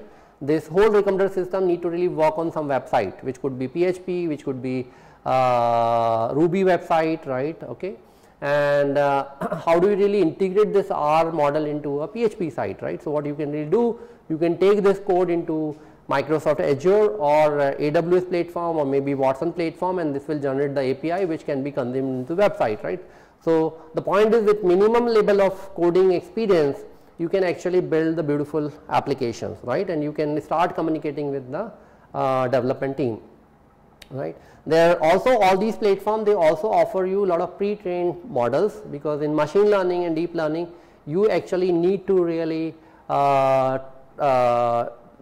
have the data to train the models, right, to train the algorithms, right, and a lot of times you will not get the data, right. So they have a lot of pre-trained APIs which are already trained on lot of large volume of the data, right. So you can directly start using these APIs into any of the applications. Okay, so let's come down to deep learning very briefly. So deep learning is basically a subset of machine learning, right, and deep learning is primarily used for image, text or sound, right, video, these kind of stuff, and deep learning became prominent in last say 6-7 years, when the processing power actually increased drastically, when the GPUs are available. Companies like NVIDIA has actually made it possible, and moreover you have lot of label data available, right. Earlier you didn't have the label data, right. Deep learning algorithms are primarily black boxes. You cannot really comprehend and tell why this is doing so, right, they just simply give the result. So if clients ask you for the explanation, deep learning models are not actually right models to actually use, but their accuracy level is pretty high. But for example, you are doing something maybe on video analysis or maybe text analysis, actually you don't care much about the explanation, right, okay, and that's where perhaps you will use the deep learning, right, but it need to be used with cautiously, right, and they are very powerful, the accuracy level is pretty high. Right. Now let's go on top skills required in the market. So how many of you actually want to really make your career into this area?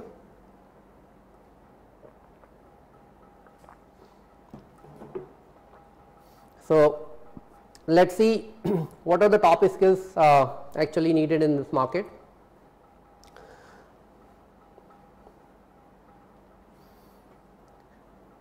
Great. So a lot of people want to really make their career into this area. So one of the top skills needed in the market is statistics, right.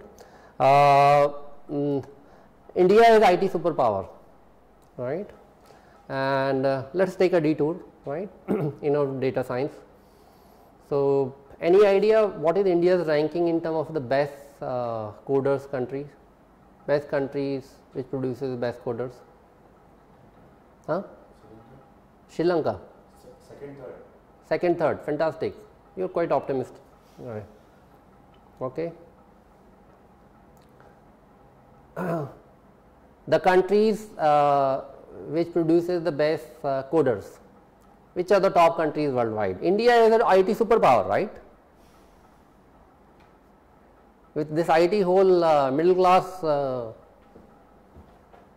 came out of nowhere, right? What is our ranking? Okay.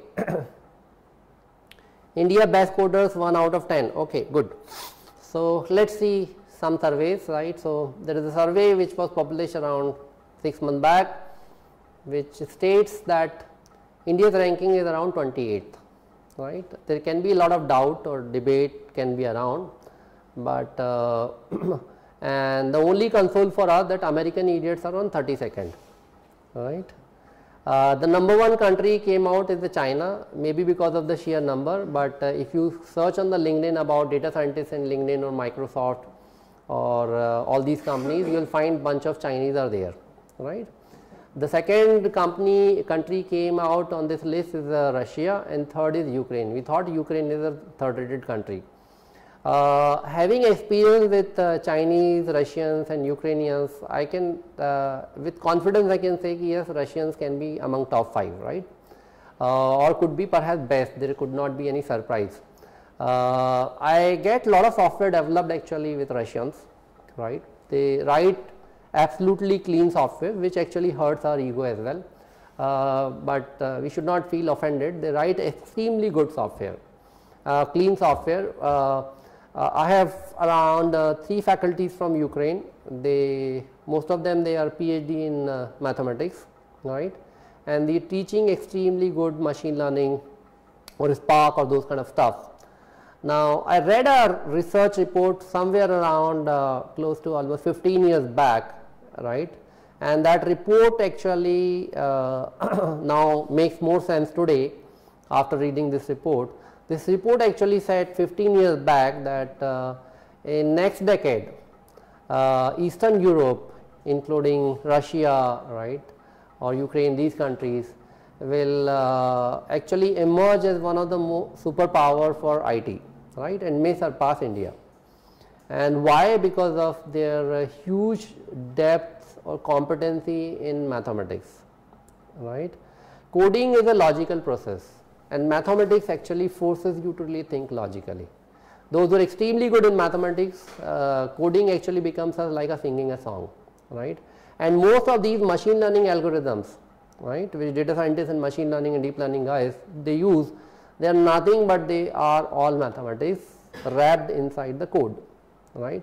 So India is basically more of a algorithm consumer, but these countries, China or Russia and Ukraine or Poland, these countries actually produces algorithms, right. Why? Because they have a huge depth in mathematics.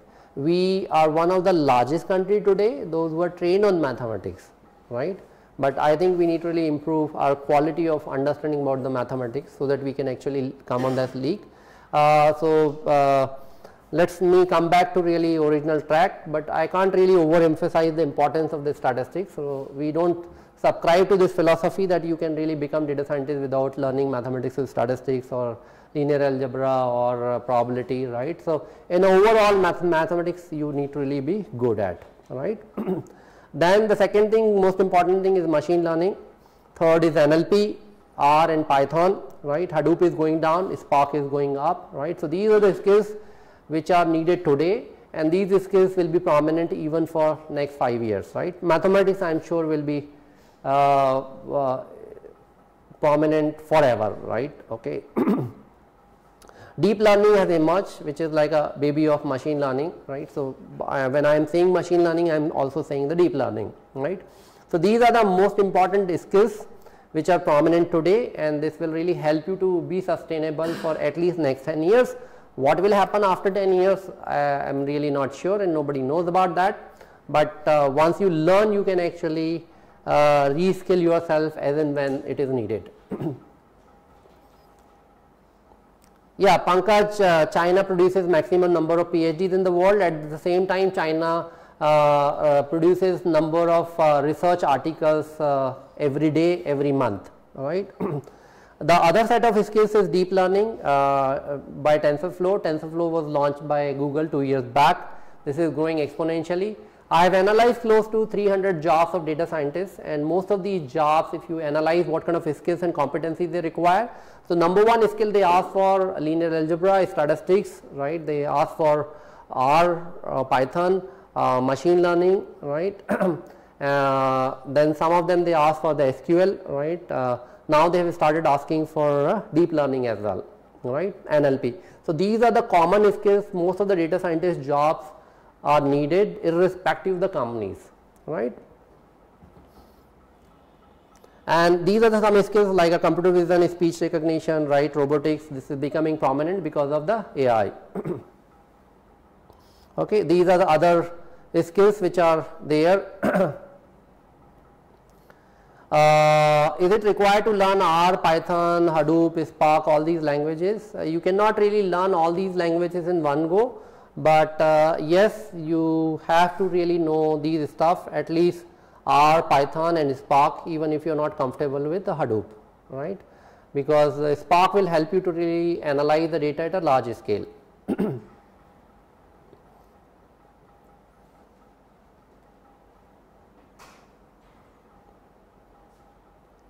Okay, so these are the various other skills which you can really keep on acquiring, but the first slide is the most important skills.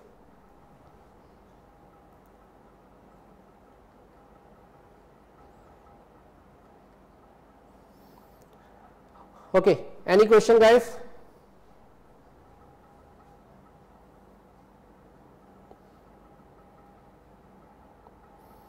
How the Indian education system need to be updated in general based on the latest trends in the world. This is like a long area. I can really speak for 2 days. Let's keep my mouth shut.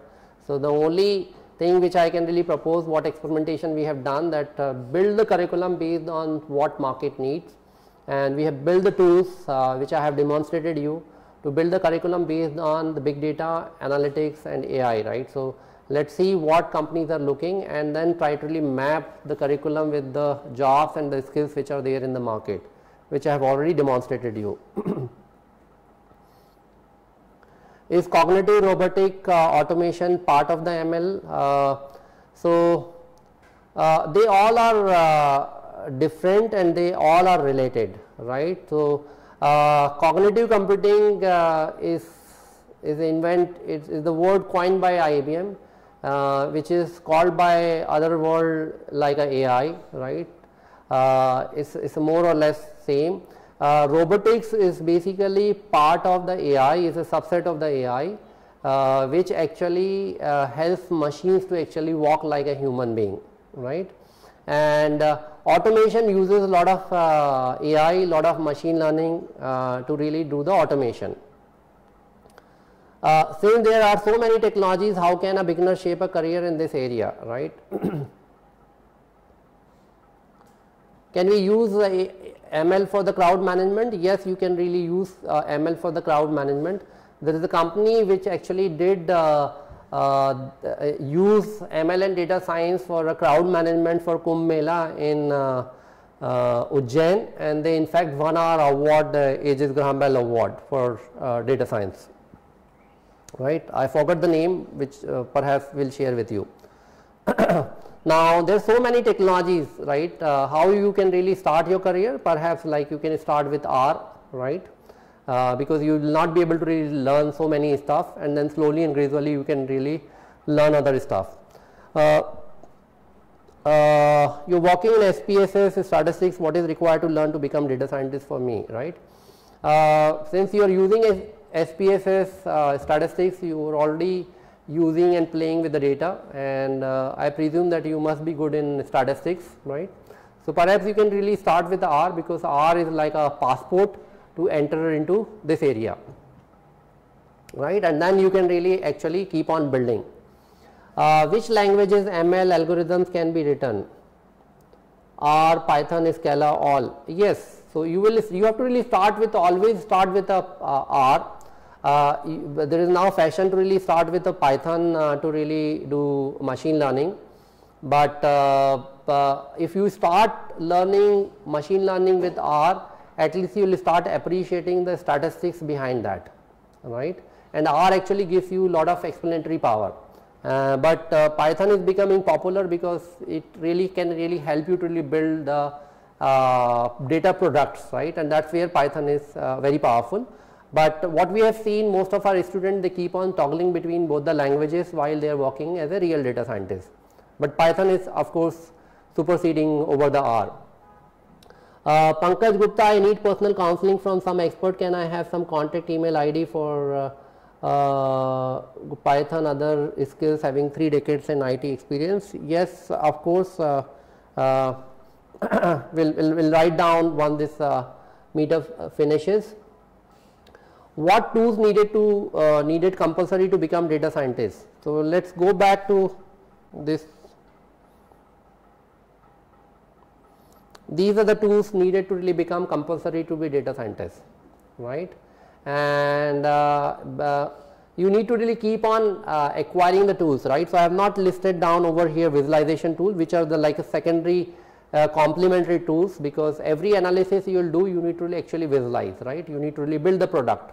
So these are the tools which are good to begin, but this is not the end, right? Okay, this will only help you to really start, but you will require a lot of visualization tool. You will require understanding about AWS platform or Microsoft Azure platform to actually build the data product, right? How a business analyst can become a data scientist? What is the path? Again, the path is the same. As a business analyst, you are actually analyzing the small scale structured data. Now the path is the same. You need to really learn statistics, you need to learn R, you need to learn machine learning, right? These are the 3 things you need to essentially learn to actually do some experimentation, solve some problems, do some projects, and later on you can really keep on acquiring the other skills. So once you really reach on handling the big data, then perhaps you can really learn Spark, AMLib or other tools. But statistics, machine learning in R is very critical to really start your career. Balaji, okay, so there's, so you guys are writing so many questions. So Balaji, can you really again write your question? Okay, domain 2 for data scientists. Yes, domain is important, but it is not mandatory to really have, because a lot of freshers, they are able to really start their career as a data scientist, and slowly and gradually as you keep on doing the project, you will keep on acquiring these domain knowledges. Can I robotics program with the help of C or C++? Yes, of course. So a lot of robotics companies, they are still using C or C++ to actually program their robots, right? So you don't have to really learn Python or any other stuff, right? But if you want to get into the data science, yes, of course you need to really learn Python or other stuff, but even the machine learning you can do in C++, but Python is or R is much of now these days is used languages, right? But for robotics, yes, C or C++ is good enough. What is the work difference between machine learning engineer and data scientist work? Okay, very important question. But so see, so data scientists, machine learning guys, their job is to essentially build the models, right? Wherein data scientists' job is to not only build the models, but also do the analysis and give it to the business stakeholders, right? Their job is much broader than the machine learning guy, right? So they work closely with the business, they also build the data products, right? Machine learning guy, engineer is primarily limited. So machine learning guy maybe building up a products, right? Building up a smart softwares. But if you see most of the jobs over here in India which are coming for the machine learning engineers, they are more of a data scientist job, because this requires most of these machine learning jobs which I have seen on different portals. They also ask for the data domain knowledge, right? And they are asking them to really do the analysis which actually puts them into the data science domain, right? So there is a very fine line of difference, but to become a data scientist, you need to really know the machine learning, which is one of the part, right? But to become machine learning engineer, you need not really know a lot of stuff which is like a visualization, domain knowledge, right? Business understanding, right? Other stuff, right? You can be good machine learning engineer by just simply learning machine learning and R or Python kind of stuff, right? But in India, machine learning and Python will be sufficient, and if you have the statistics understanding, that will be plus. But to become data scientist, you need to really know all other stuff. So a data scientist can be machine learning guy, but pure machine learning guy will be difficult for him to be a data scientist. He need to really acquire additional skills to be a data scientist. Hope this really helps you. What is the difference between data analyst versus data scientist? KVVSG, right? So as I told you, data scientists, they are much more evolved form of a data analyst and business analyst, right? Data analysts, if you see, traditionally their job was more of a report generation, report creation, or writing the SQL queries, right? Wherein data scientists, their job is to do the analysis, right? Analysis which can be consumed by different business stakeholders, right? Their job is also to build data products, which is not the part of the job of a business analyst or data analyst, right?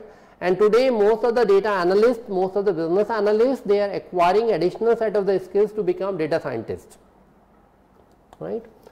What should I do to improve my mathematical related to become data scientist? What exactly is mathematics, right? Okay, so I am not going to really define what is mathematics. What I would recommend that to go on Khan's Academy, right, and there you start learning very simple concept which you have studied till 10th class, which is like what is linear equation, what is vectors, what is matrices, what is mean, right, what is median, mode, those kind of stuff. You start at least building up those conceptual understanding without actually mugging the formula or without solving the problems, right?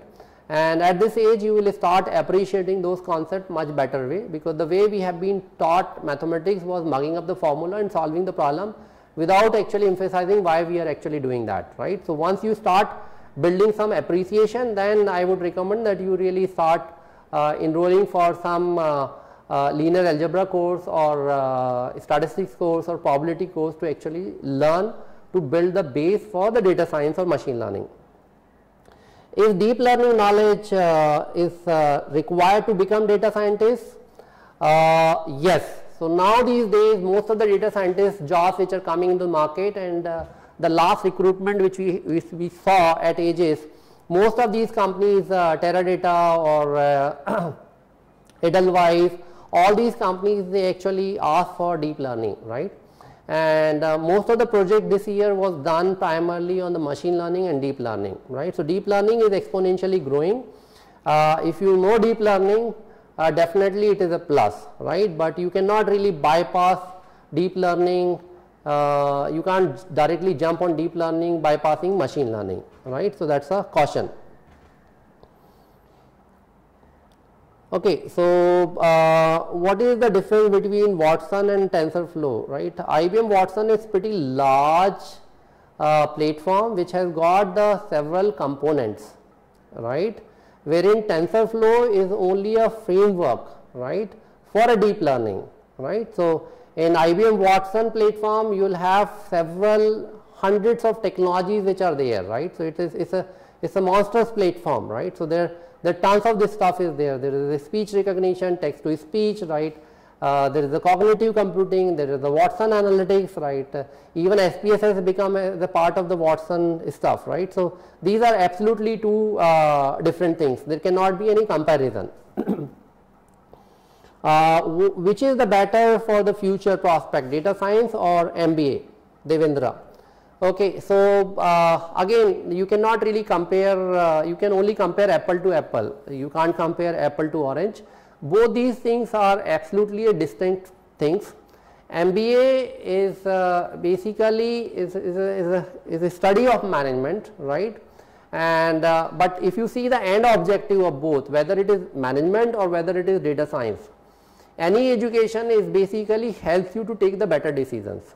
Whether it is machine learning or deep learning or data science or analytics or management, all these stuff, all this knowledge, all these degrees are actually helping you to really take the better decisions. What management degree does, it gives you some deeper level of understanding about how the business actually functions, right? be it finance, be it marketing, be it HR and all those stuff. What data science does to take the decision based on the data, right? Both are actually helping you to take the decisions, right? Now, what we are seeing the trend over here, that roughly around 20% of our student intake is coming from those who have already done the management, though they have already studied MBA with experience or without experience. Now, these guys, they are finding difficulty after a level. So, let us see what is happening today. So, if you say go to a company like say Flipkart or Snapdeal or Amazon or any e-commerce company, essentially if you see the job of a marketeer, traditionally the job of marketeer is to give insights how to improve the sales, to give insight where you need to sell a product, at what price this product need to be sold, which geographies you need to really launch, how much discount you need to really give. These kind of insights a marketeer's job is essentially there traditionally, and they have been doing this job perfectly.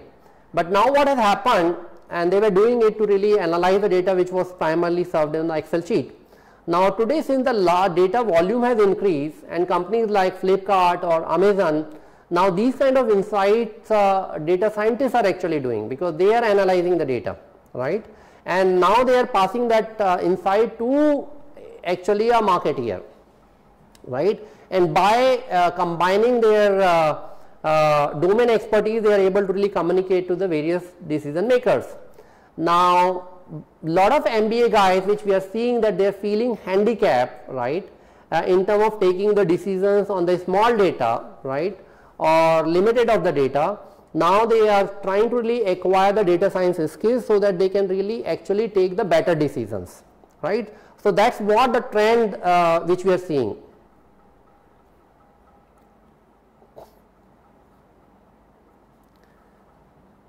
Okay, so Spark has many components: streaming, SQL, MLib, Spark Core using Scala, Python. So for data science, Spark can be used for as a data engineering, or Spark can be used for the machine learning, right?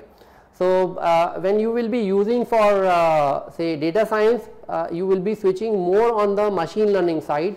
For data science, Spark MLib is more relevant, but if you are going into the data engineering, then you have to really go on the other different components of the Spark.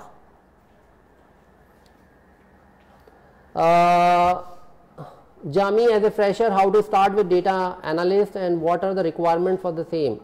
Also, after acquiring a stable position in data analyst, can I move to data scientist?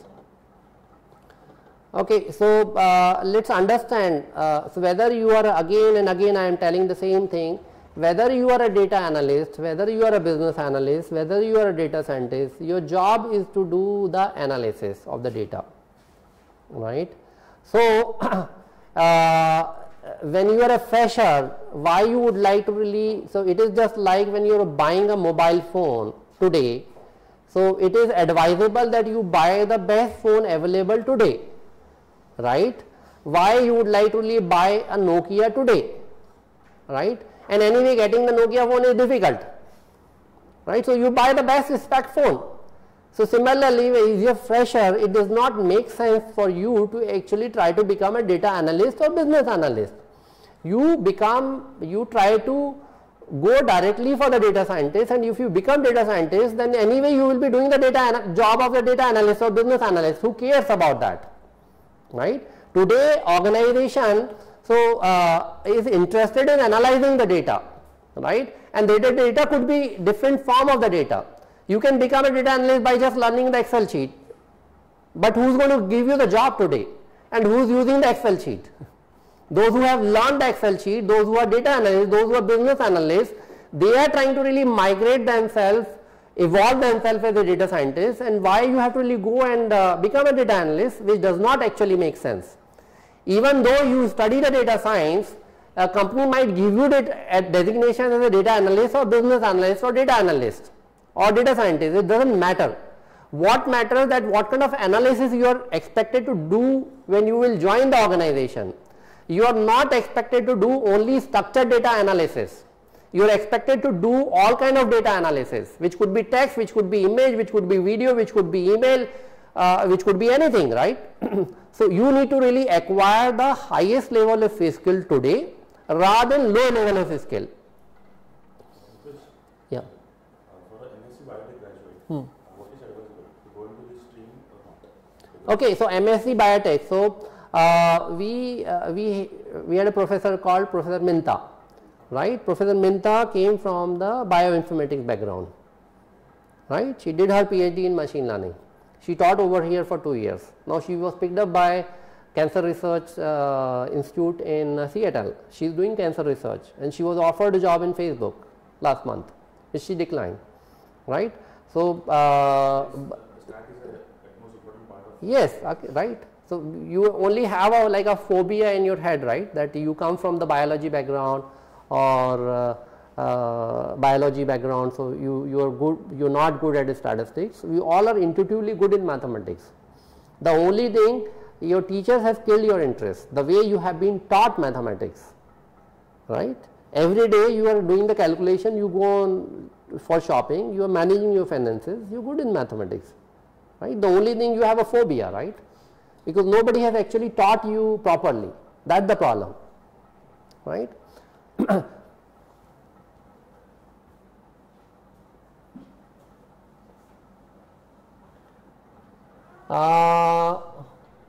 Jabla, I am fresher from com science background, interested in data science. Is self-learning online okay to take a course?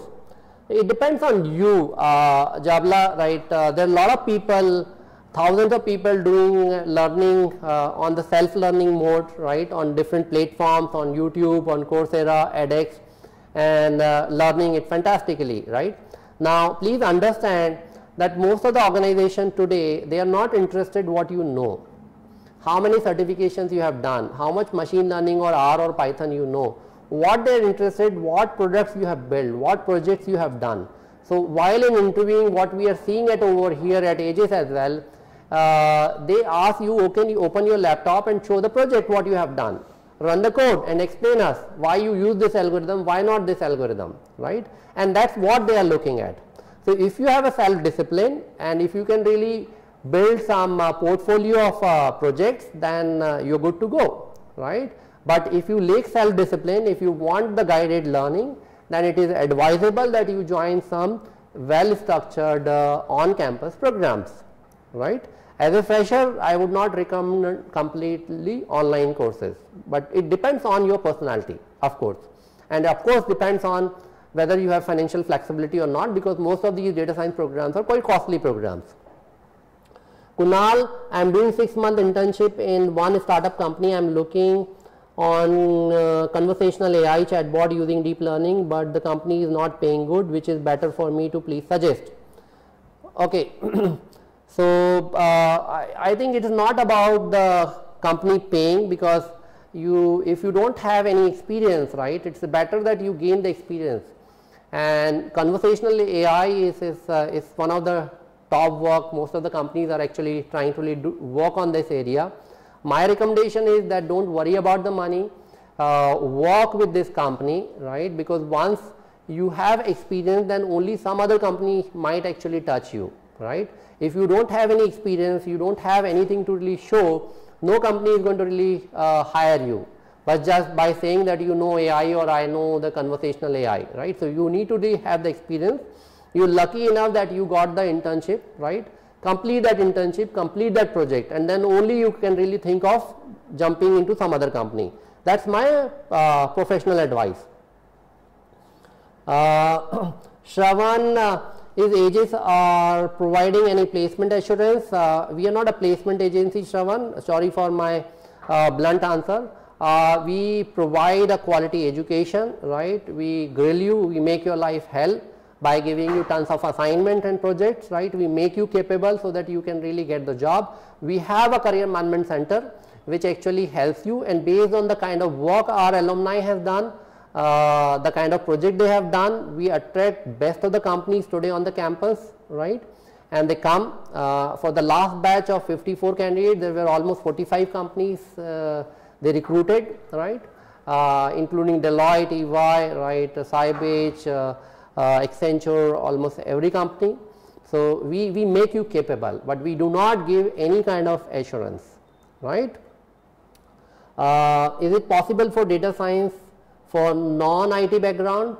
Devendra, if you see the first batch guy who got the highest package is basically BSc statistics guy, right. The last batch guy who got the highest package is a BCom guy from Delhi University, right. The girl who got the best employee award in eClerks, which is one of the company does analytics, is a BCom girl. Her background is BCom, and then she studied data science from Aegis, right.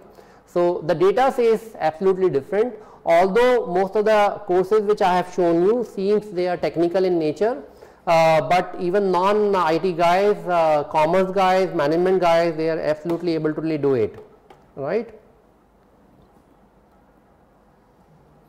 Okay, Balaji, you should not feel apologetic. Fees is very expensive. How can a guy has provision to become a data scientist? What is your view on that? I wish, Balaji, we could have really made it free of cost, but the cost of delivery is very high. The fees, the faculty charges are pretty high. The infrastructure cost is very high, and that's the reason we are forced to really charge high, and most of the other institutions, because the cost of delivery is pretty high, right. We do have scholarships, right. So those who have a good academic percentage, 75% plus, 80% plus, we do have provision to really offer them the scholarship. The banks generally give banks give the loan within 10 days of the admissions, right. So there are the multiple ways through which you can actually finance, right. But yes, I agree with you, and I feel empathetic that yes, the cost of education is growing exponential, and we also feel helpless. We are not able to really do anything on that front, right. Perhaps we will be able to really figure out some solution, and even the government has made it pretty difficult. So even on the government is charging 18% GST, which they should not have done, right. Okay, Mukesh, I am passionate about programming. Is there any exposure to technical part programming in data science, or it's mostly about the analysis? So Mukesh, if you see, the core of this program is machine learning, and machine learning need to be done by using R and Python, right. So there are a lot of coding is involved, lot of programming is involved into this program. This is a hardcore technology program, right. But of course the end objective of applying all these programming and coding, right, or is basically final work is analysis, and the final work is building up a data product. And when it comes to building up a data product, of course your love for programming will certainly help you, right. So if you see the course curriculum which I have shown you, this is a hardcore technology program, right. All these business electives, business courses like marketing analytics, financial analytics, operations analytics, HR analytics, these are all elective courses at Aegis. They are not at the core course, right. Pramod, Aegis courses are all full time or tuned to working professionals. So Pramod, we offer a full time program. We also offer the weekend program in Bombay, Pune and Bangalore.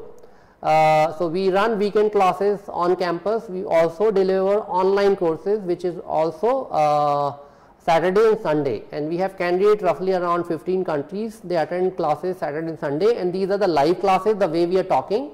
Over here you don't have the voice option, but our technology platform on AM University, there you can actually use your mic, you can actually use video, right. So these two-way interactive platform, right.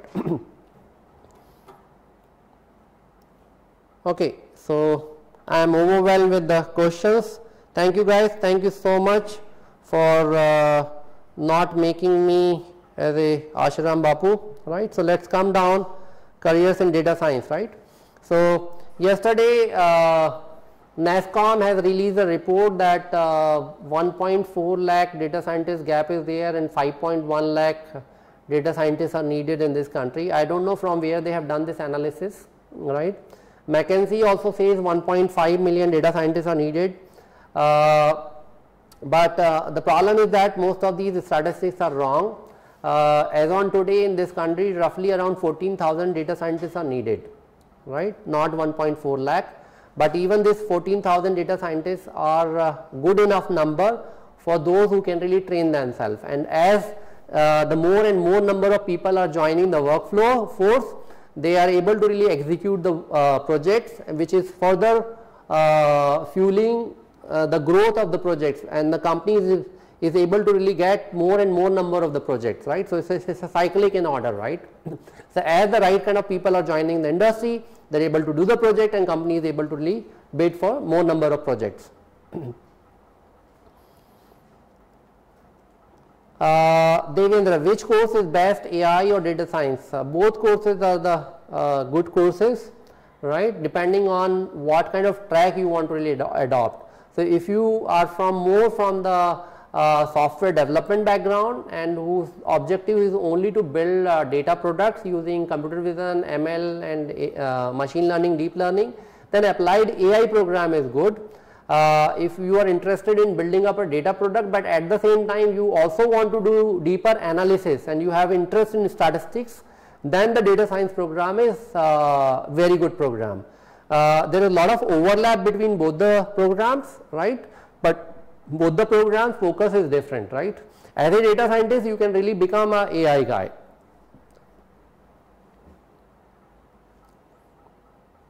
Okay, all these companies, they came for the recruitment, right. There are students, they study, they work, right.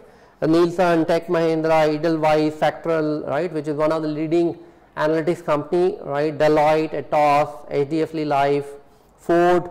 So, companies like Ford, Mercedes, they also hire data scientists, right. So, it is not only IT companies, right. Loginex. So, there are tons of the companies which recruit our students, they are our students are working. These are couple of job designations which are there in the market, right, like data scientist, software engineer, big data software architect, right, Hadoop developer. The top job is of course data scientist, and this data scientist comes into 3 flavors: junior data scientist and senior data scientist, or perhaps chief data scientist, right. Okay.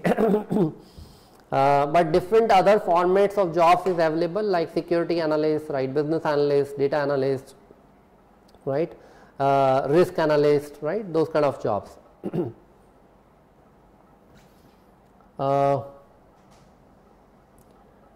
Okay, can you put light on total percentage of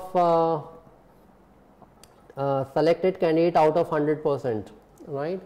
Roughly the candidate when they graduate, close to around 90% of the candidate, 85% to 90% of the candidate, they get the job when they graduate, right, and remaining candidate within 2 to 3 months of their graduation, they are able to really fetch the job. So, we have not seen any candidate roaming on the street without the job. All right. Having said that, we do not give any guarantee, neither assurance nor any warranty in terms of the placement, right. Okay, last batch, how many percentage placement was happened? Almost I think everybody got the job in the last batch, right. What is the scope of for a guys from SAP background in data science?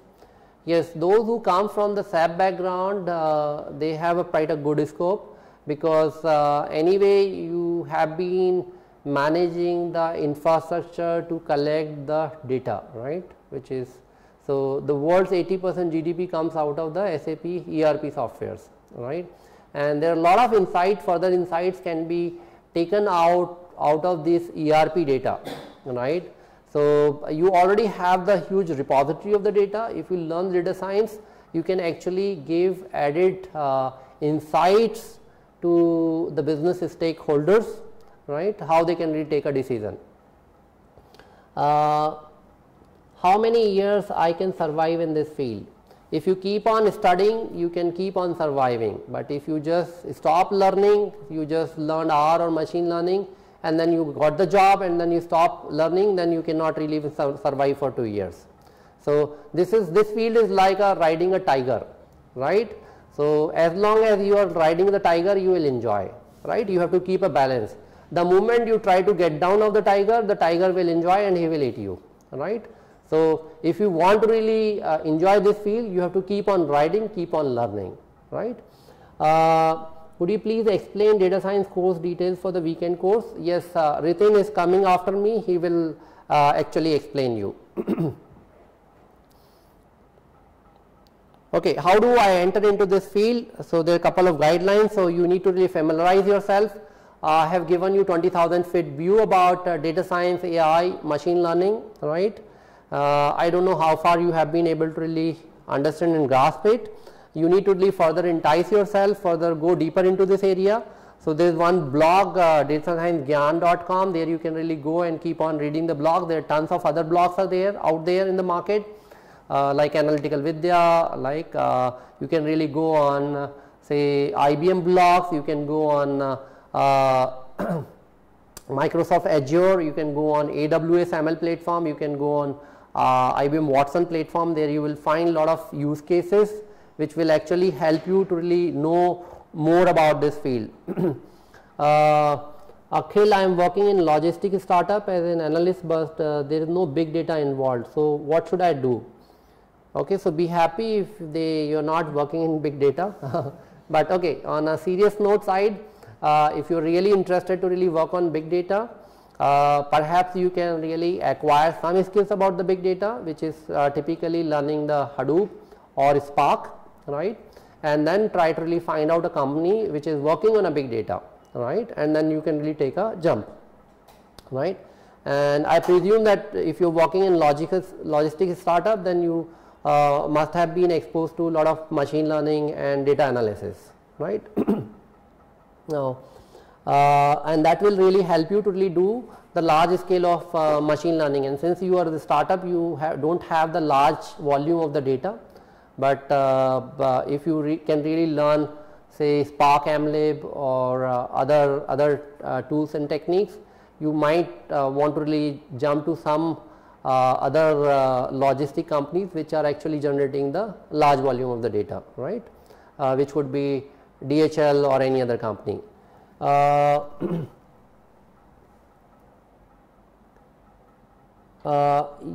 Yes, I will write my introduction or email. Certainly I will do that. Okay. Okay, so there are three good white papers which I can really recommend you. You can actually take a snapshot of this slide. So we released a white paper on data science transforming the ICT domain last year, no, this year, sorry. And last year we released a white paper on opportunities in telecom sector rising from big data. These are two wonderful white papers jointly published by Aegis and Deloitte. You can download these white papers, you can Google, and they will give you a wonderful snapshot about how data science is influencing ICT and what is big data, right? And June we publish another white paper on AI, which is emerging technology called NLG, which is natural language generator. There are very handful companies around the world which is working on this technology. What this technology does, it reads your graph and then it converts into a paragraph, readable paragraph, because reading through the graph is unnatural for the human being. Reading through the text comes naturally to the human being. The example I can really give, so for example, if you want to really give a report to sales guy, and if he has to really comprehend between the graph, it will be not natural. If you can really write him a para which convert this graph into the para that your sales performance this month is 50% down than the last month, which becomes quite natural, right? So this technology is being used by a lot of companies. This is subset of AI. So you can also download this white paper. These three white papers actually will give you the perspective about data science, big data and AI. Okay, Ajay, I am more comfortable in R versus Python. Is that okay? Yes, certainly okay. A lot of data scientists is still working on R without jumping on a Python, right? Considering that Python is emerging as a more popular language, or is language not the important and the algorithm knowledge is more important? Definitely at any given point of time the knowledge of algorithm is more important than the language, right, at any given point of time, right. So, there are a lot of now with AWS and Microsoft Azure, these platforms you can actually build a lot of data products using even the R, right. So, if you are comfortable on the R, be with the R, but my suggestion is do not limit yourself, because you can, when you can really learn R, you can also learn the Python, right. Do not stress yourself, but recommendation is that yes, you should try learning Python without any putting any pressure on your head, right.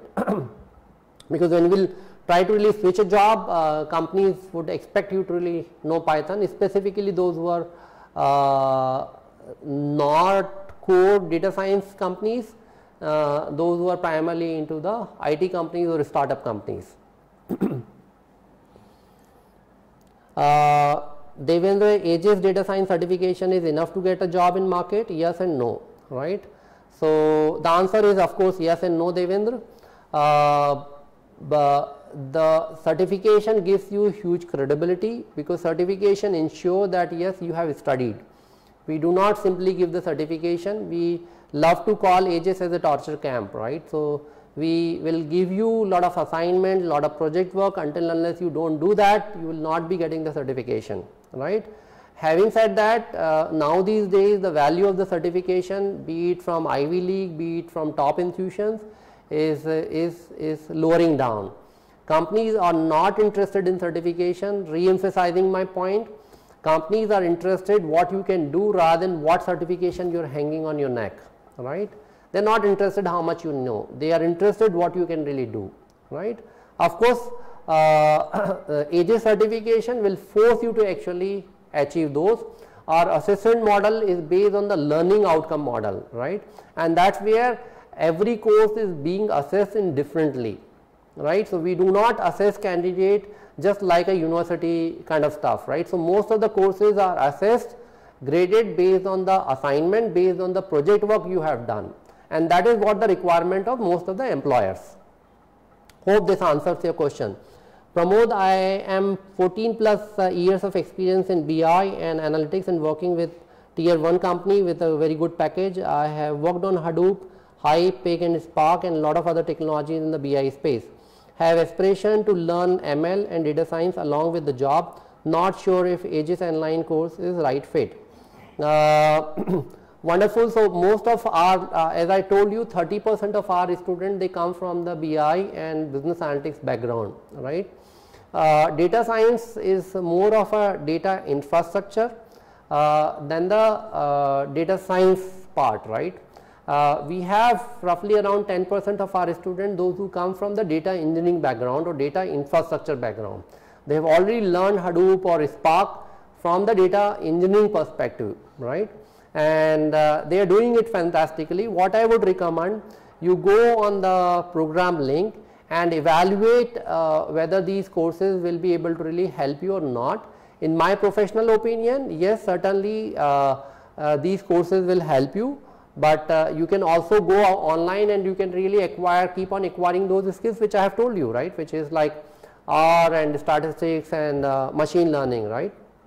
Machine learning, there are two ways to really learn, one in syntax level base, which typically IT companies follow, the other one is more from the mathematical understanding, conceptual understanding, and of course syntax anyway anybody has to really use, and that approach will really help you to become data scientist, not only the IT company's approach of syntax level based learning, machine learning.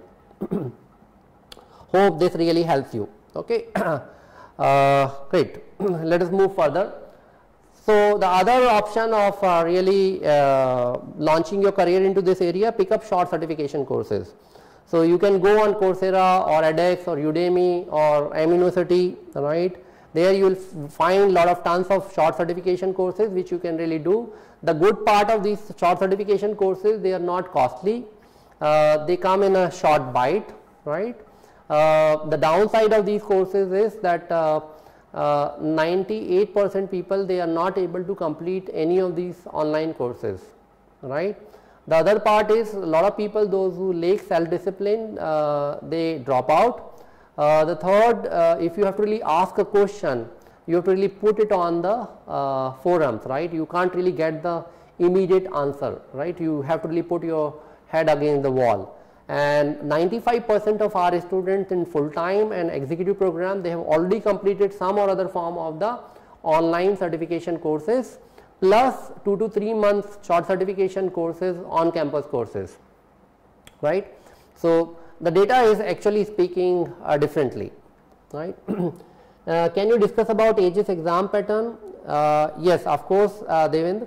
So as I was mentioning, most of these examinations are basically depends on the learning outcome, right? So, for example, there is a course use case of big data, data science and machine learning which I deliver, and the way this course is assessed primarily is based on the presentation, based on the blocks which you really write and the class participation, right?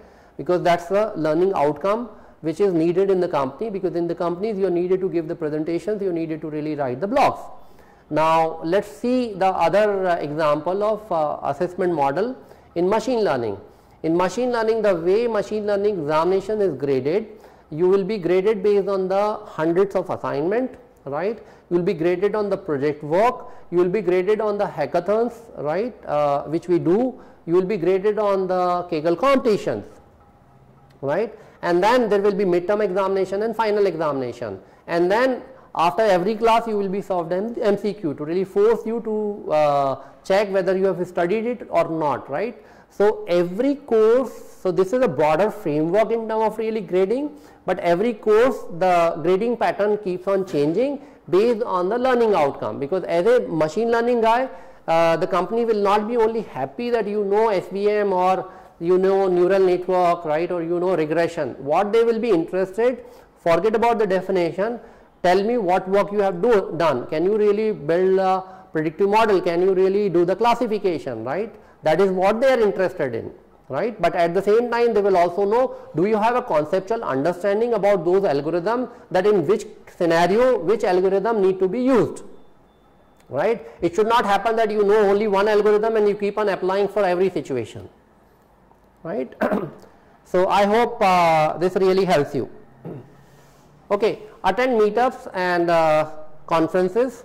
So there are tons of meetups which are going every day, especially Saturday, Sunday in every city, wherever you are. Go over there, meet different data scientists, right, and build the network that is going to really help you. Attend conferences, right. So there are a lot of conferences which keep on going across the world, online conferences, conferences on campus. Go and attend that.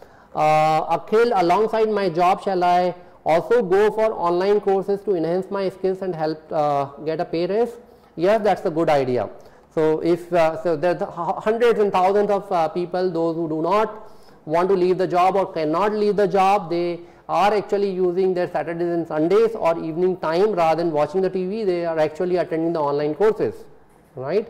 And that's a good idea, right? Not only to raise your salary, but also to make you sustainable in this market, right? Because anybody who has already crossed 35, you are already retired, right? Because already the kind of skill set you have, those skill set are not relevant in the market. So you need to really acquire new kind of skill set to really keep you sustainable.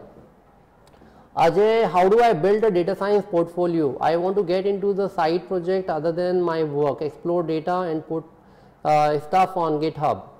So if I presume that if you're talking building a portfolio, you already have some basic skills of machine learning or Python or R, right? So first I think you need to really go and put your hands dirty on Kaggle competitions, and then later on you can really start participating in some hackathons, and then pick up some project works, right? Project works like, for example, related to image recognition or building up a chatbot, right, or building up a recommendation system, and that's how you can really start building up your portfolio.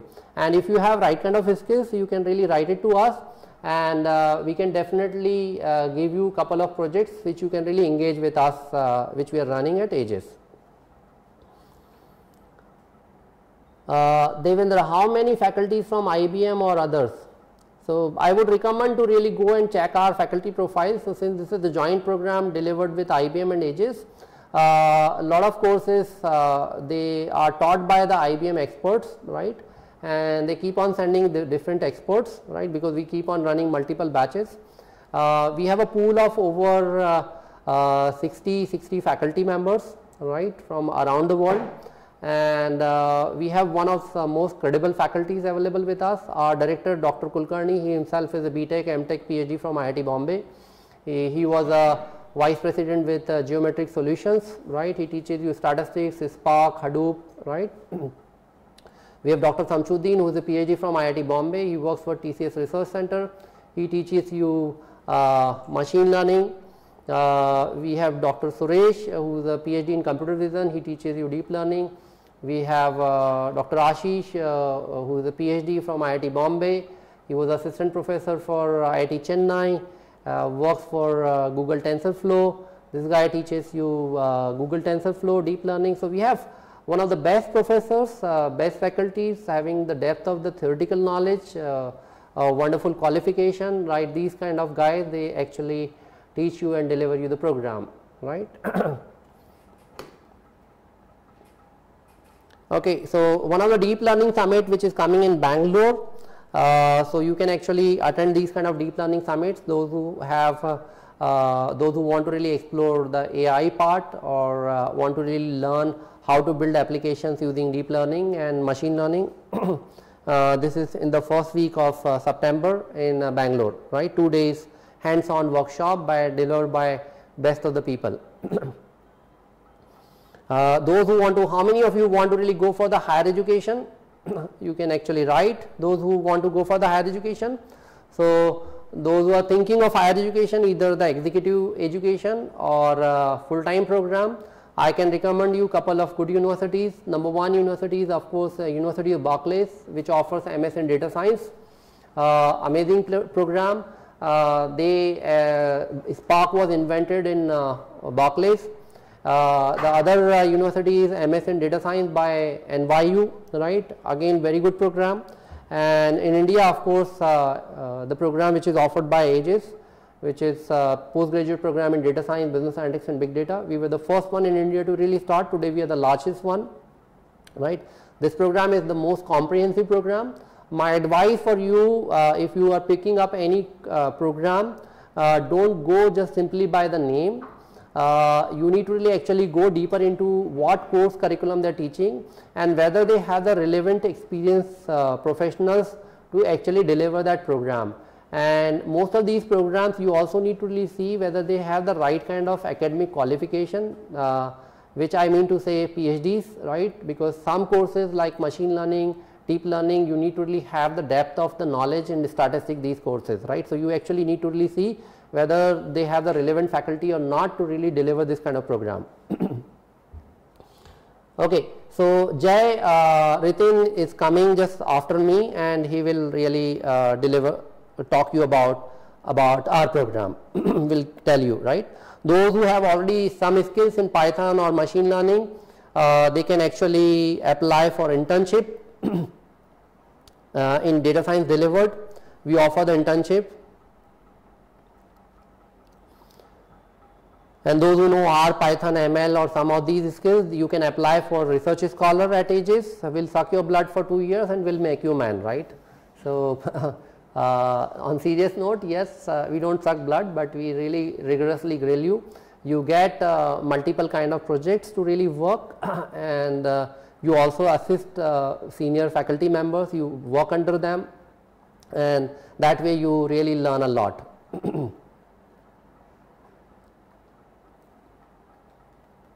Okay, next. Okay, so this is the program we offer. Next. Okay, great.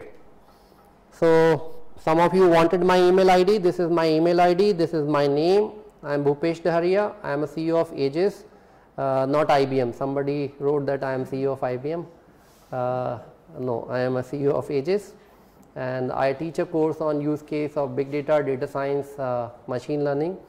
I run startups, right. I run another company called Campus, right. So wonderful talking to you guys, right.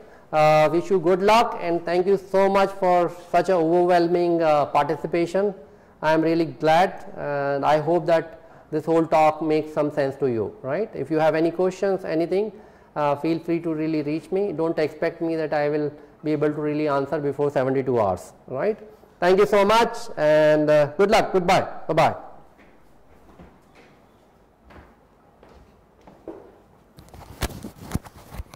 So Ritin Joshi is coming, and we will be talking about the PGP program, right?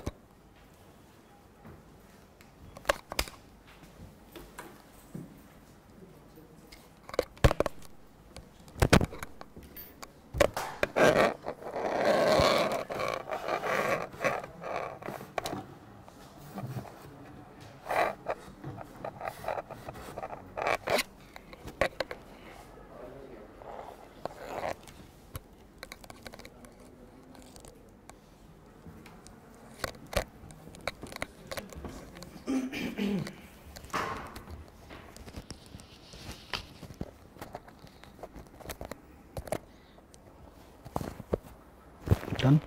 Yeah. Where is the mic? Camera? हो तो नहीं चाहिए ना?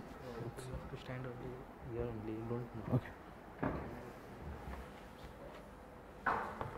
Hold on. This way. Okay, a very good evening to all of you. The folks who are present here in the on-campus and who are listening and watching this live webinar. So I believe all of you guys have been through with the session since this afternoon, and you get exposed to the different technologies, the disruptive technologies we have talked about. And I believe you guys have, some of you are working in the similar domain, I believe, and most of you who are looking forward to upgrade their skills in that area, you might have got some insights that what these disruptive technologies are all about, what is the basic difference between that deep learning, AI, machine learning, and deep learning. All right, so I'll just walk you through with the programs what we have talked about, what sort of programs we offer. So Aegis and IBM, we have joined hands together and we rolled out the programs and those disruptive technologies what we have talked about earlier. So also we have set up IBM's Business Analytics, Cloud Computing and Cybersecurity Lab, which is a physical and virtual lab setup we have. Okay, moving on. So the program we have rolled out, it's not working. Could you please help me with the slides? Okay. So this is the first program we have rolled out, which is a postgraduate program in data science, business analytics and big data, which is a holistic applied data science program we offer in association with IBM. Another program we have rolled out, which is a postgraduate program in cybersecurity, which is again we offer in association with IBM. And this is another program we have recently, a month back, we have launched, which is a postgraduate program in applied AI, machine learning, and deep learning, which we also offer, as I said, in association with IBM. Okay, so let's move on to the info session. I'll just walk you through with the programs what we do deliver. So this is the program, and I'll be just walking you through with the info session about what the program is all about, what courses we deliver. What are the specific highlights of the program? So let's come back to the main program, what we do offer, which is, as I already mentioned, India's best postgraduate program in data science, business analytics and big data, which we offer in association with IBM, right? Okay, so let me quickly set up the agenda for today, today's meetup. So I'm going to cover the 10 points one should consider before opting any program and the institution. And I was continuously listening to you guys, you were chatting in the portal itself. Some of you, most of you are looking forward to upgrade your skills. So what are the 10 major crucial points one has to consider before opting any programs, or if somebody wants to upgrade their skills in those disruptive technologies? We'll talk about Aegis. I'll be skipping some slides because we have already taken that in the last session. The industry association, course content I'll be walking you through, faculties and the experts, though we have given you the insights in the previous session. I'll just quickly walk you through with those. The faculties, experts will be delivering the session. Center of Innovation, through which participants they get the exposure. Placements, internship, already we have talked about. I'll just quickly walk you through with that career management center roles. The live and capstone project, I'll be skipping that slide because already we have taken that. Learning management system, I'll be walking you through with the latent and the specific features of that state-of-the-art learning management system what we do have. And also we'll walk you through with the MUNI campus, which is a mobile application, ease to access, on the fly, on the go. You guys have your phone, mobile phone, you can download that application from your Android Play Store and you can take your entire sessions on your pocket. Also we'll talk about the different delivery models which participants they can choose. The working professional, I can see that there are individuals who are working and the freshers who are attending that meetup on campus and online as well. So depending upon their area, their ease, their convenience, they can opt for different delivery models. I'll quickly walk you through admission process and the financial aid and the scholarships. Okay, let's get back to the main session, the 10 points one should consider. So this is the major query what I have continuously, individuals they keep on asking that what sort of program they should opt. There are so many other programs which are offering some sort of some programs on those disruptive technologies. So I would always suggest them, and that's why I have put that slide in this presentation as well. There are certain points one has to consider, and one should have these points on the checklist before opting any institution. So because if somebody would be spending, it's a career investment what you are doing. So one should have, if somebody would be spending their time, money and effort, one should have these points clear in their mind. So first thing, before opting any institution, any course, you have to consider the industry alliances. What sort of industry association the institution has got, because this will give you the exposure. Course curriculum, which plays a major role to shape your career. You have to look at the program you are looking forward to upgrade or the institution you are looking forward to join. You have to look at what sort of curriculum is there. Whether the curriculum includes the entire skills which are very high in demand, which are very hot in the market, whether it is included in the curriculum or not. Then faculties, third point. So curriculum is important, but this is equally important that curriculum is taught by whom, who is delivering. Because you cannot expect from a Java faculty, from a computer science faculty or a management faculty, doesn't matter how brilliant these faculties are, they can deliver the session on those disruptive technologies. You need somebody who hails from the same background, who is working on those disruptive technologies, working as a real-time data scientist. When I say real-time, now you have clarification who are the real-time data scientists, not the kind of self-proclaimed data scientists. So these folks are there who will be doing the hand-holding for the participants in our program. I'll just walk you through. This is another point of concern you have to look at. Live projects and capstone project. Okay, we have considered, curriculum is the best, one thing you have to look at, faculties, but also how you will get the entire hands-on exposure. So you have to look at the institution you are opting, whether the institution is providing you any kind of real-life project exposure or not. Because working on these projects, the participants, they get their hands dirty with the technology and they become industry ready. That we have already discussed. Internship and placements, as I have mentioned, if somebody would be putting up their hard-earned money and time and efforts for doing a program, you have to look at whether the institution is providing you any kind of assistance for the placements and the internship. Learning management system, it plays a major role, right? Because the kind of technology, though it's a meetup in which, as we have mentioned, we have given a kind of 360-degree view about the disruptive technologies we offer.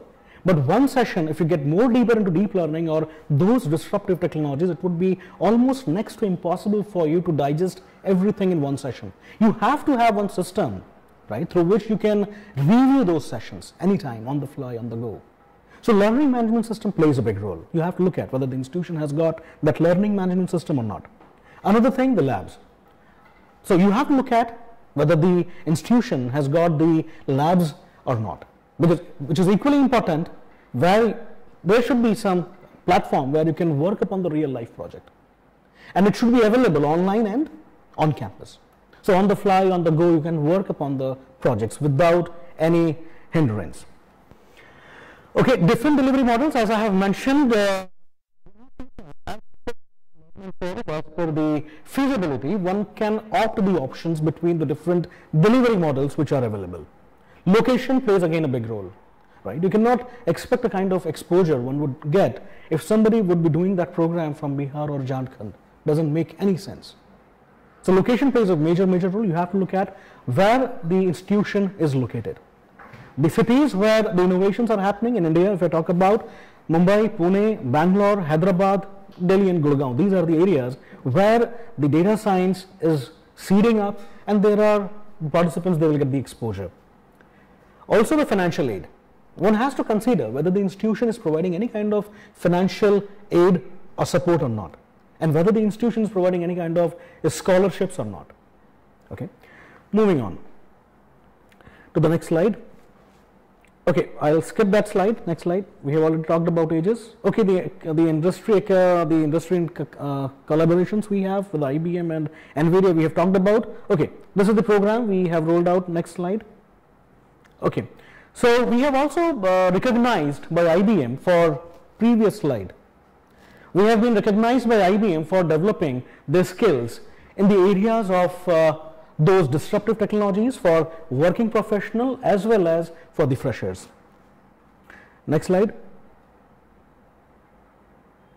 Okay, so we have, as I have already mentioned, that IBM, we have our IBM have established in joint collaboration with IBM. We have set up Aegis IBM Business Analytics, Cloud Computing and Cybersecurity Lab, and that these labs were unveiled by Ms. Melita Muir. She is a Director, Enterprise Software and Licensing, with working with IBM itself, which participants, they use it for doing their live projects and consulting assignments. Next slide. Okay, so this is a sample certification participants they will get at the end of the course. That will be jointly offered and delivered by IBM and Aegis itself. Next slide. Okay, so this is the association we have with NVIDIA. So NVIDIA, they also join hands with us for delivering the courses in deep learning and AI, which is a core part of the course. The experts, they come and they deliver the entire session. Next slide. This is a sample certification participants they will get from NVIDIA and Aegis itself once they complete the deep learning and AI course. Next slide. Okay, let's come to the curriculum. So the curriculum we have for this data science program, I'm just walking you through. We have taken the skills, we have designed that curriculum as per the skills and competencies which is required for a profile of the data scientist. And we have taken the inputs of the leading data scientist working in that domain only, data science, and we have designed the curriculum. The curriculum is completely is a combination of core courses and electives. We have already talked about. I'll quickly walk you through with it. So we start the program from the very basic backbone and the vital element for any analytics or data science program, which is, you guys might be aware as of now, which is statistics and probability. Then parallelly we'll go and up to advanced statistics. Also we cover R, what we have discussed, Python, which is equally important. Most of your queries get resolved.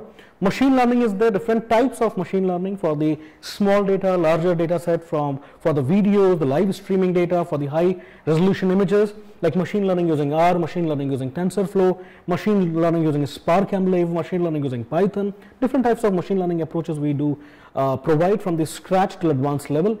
Also natural language processing, which is a core part of the program again.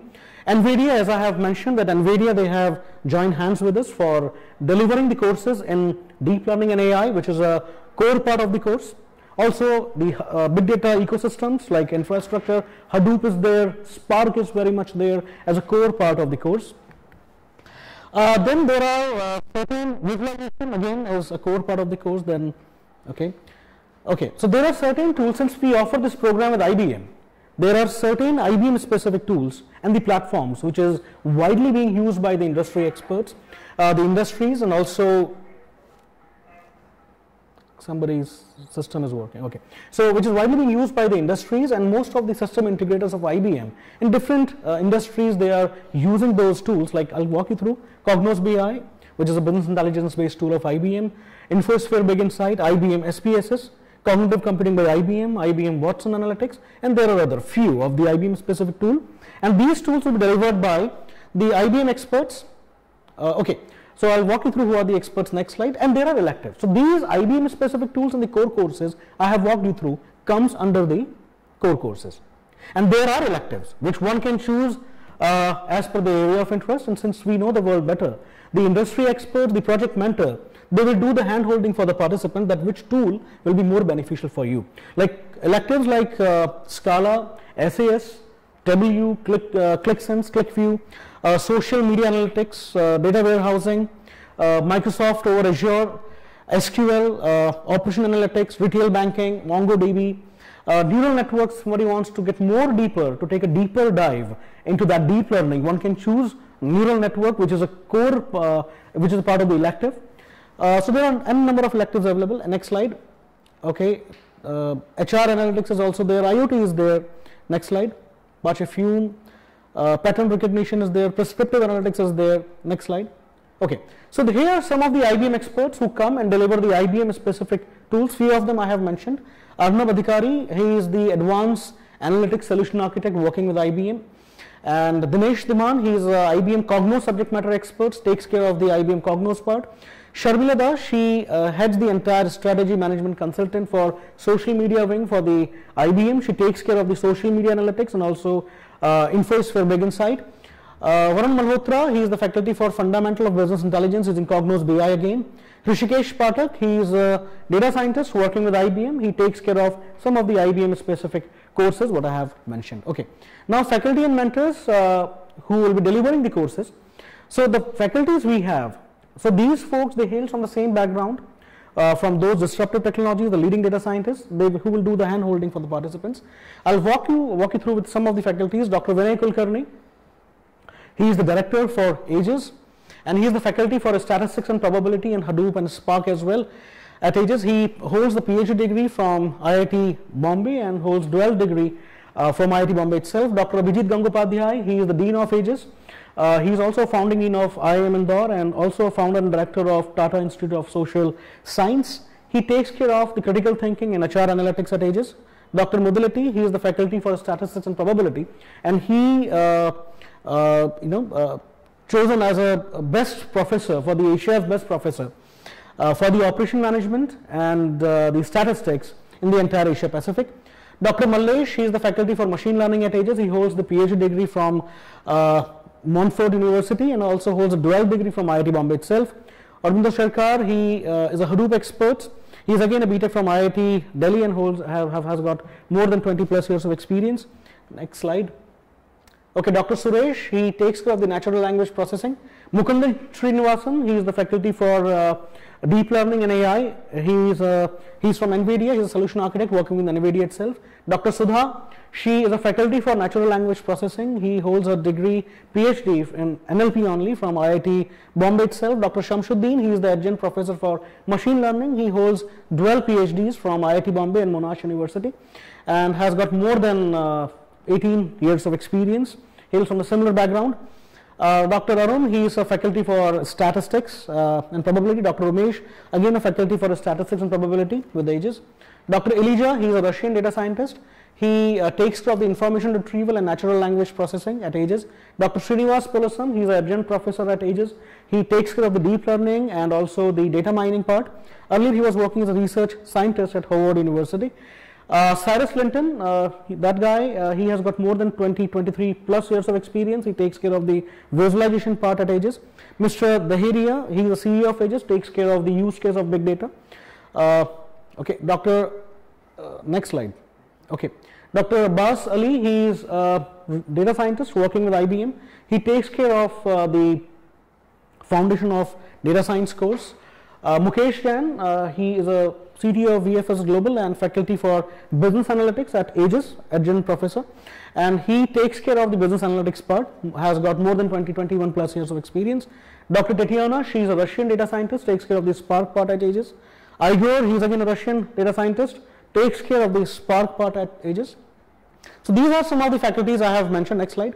Okay, so now going ahead with the next program we have launched recently last month, which is a postgraduate program in applied AI, machine learning and deep learning, which we offer again in association with IBM. Next slide please. I'll just quickly walk you through with the highlights of this course. So participants who join this course, they will have the access for the NVIDIA proprietary technologies, softwares and tools. Next slide. Extensive training on these disruptive technologies from NVIDIA subject matter experts. They come and they'll deliver the deep learning and AI specific courses. It's a complete apply AI machine learning and deep learning program which will cover the fundamental tenets of deep learning, which helps and to build the systems and applications like AI for object detection, which is used for robotics, self-driven car, image classification, chat box, and also we will be applying such techniques in order to identify the image classification, which will help to detect the cancer images, and also the natural language processing, speech recognition, etc. Next slide. Participants also will get the access to AWS, Amazon Web Services education course material on those AI, deep learning and machine learning, and also they will have the access for AWS Cloud Lab, which they will use it for build the applications like chatbots, recommender system, and also the image recognition system. So this is the certification participants they will get at the end of the course, which will be jointly offered and delivered by IBM and Aegis. And also I have just mentioned the sample certification that will be also delivered by NVIDIA and Aegis itself. For NVIDIA, who will be successfully completing those AI and deep learning courses. Next slide.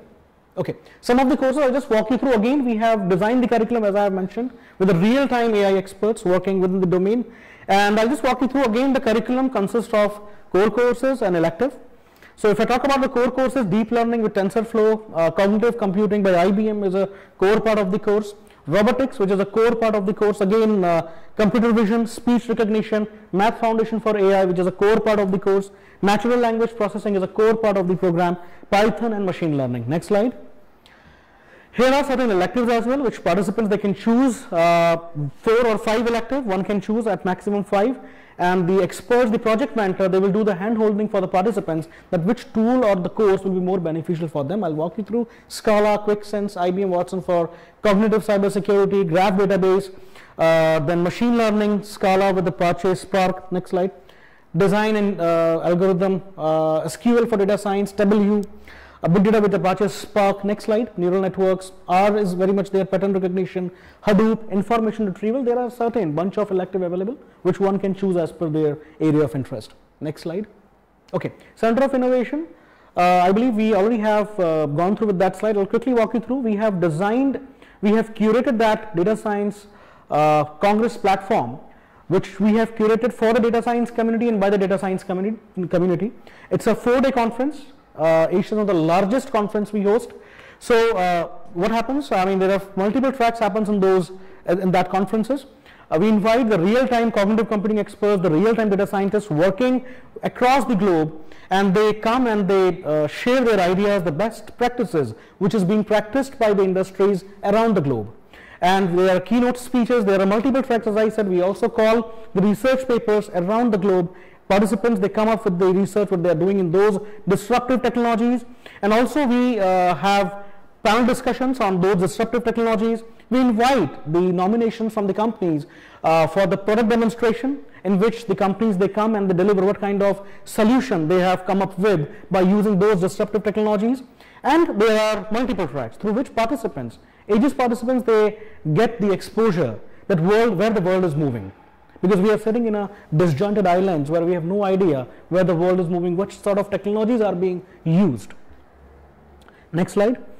Okay, another the award, which is an Aegis Graham Bell Award, we have initiated that Aegis Graham Bell Award, which is Asia's one of the largest award we host in 2 fields in time and SMAC series, telecommunication, internet, media and entertainment sector.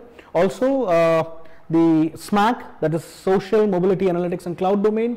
Also we have included data science and IoT in that domain. We invite the nominations from the companies who are working on those who have built some product and who who can, so we invite the nominations from those companies who have done some tremendous innovations, and we reward them.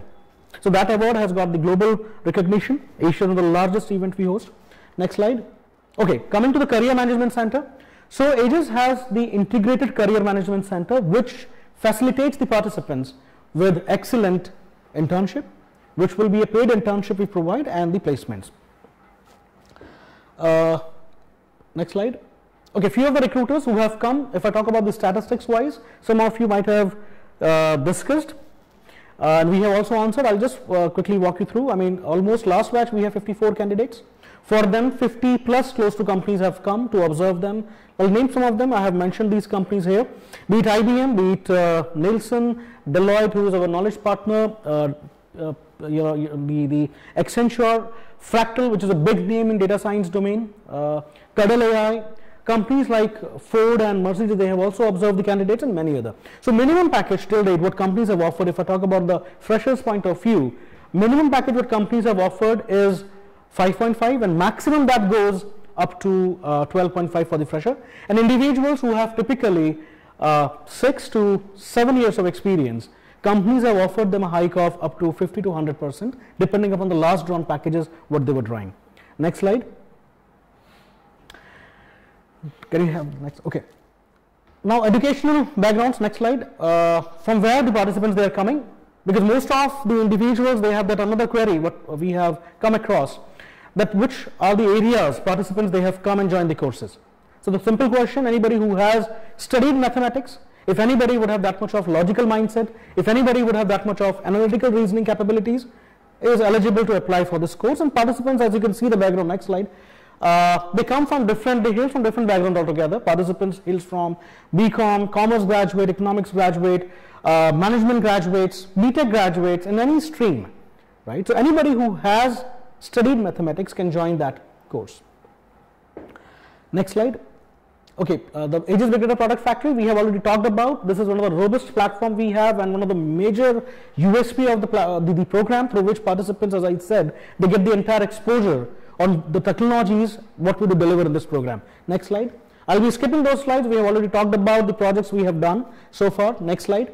Also, capstone project, it's a product now because we force the participant that they have to come up with a product, because seeing is believing at the end of the day.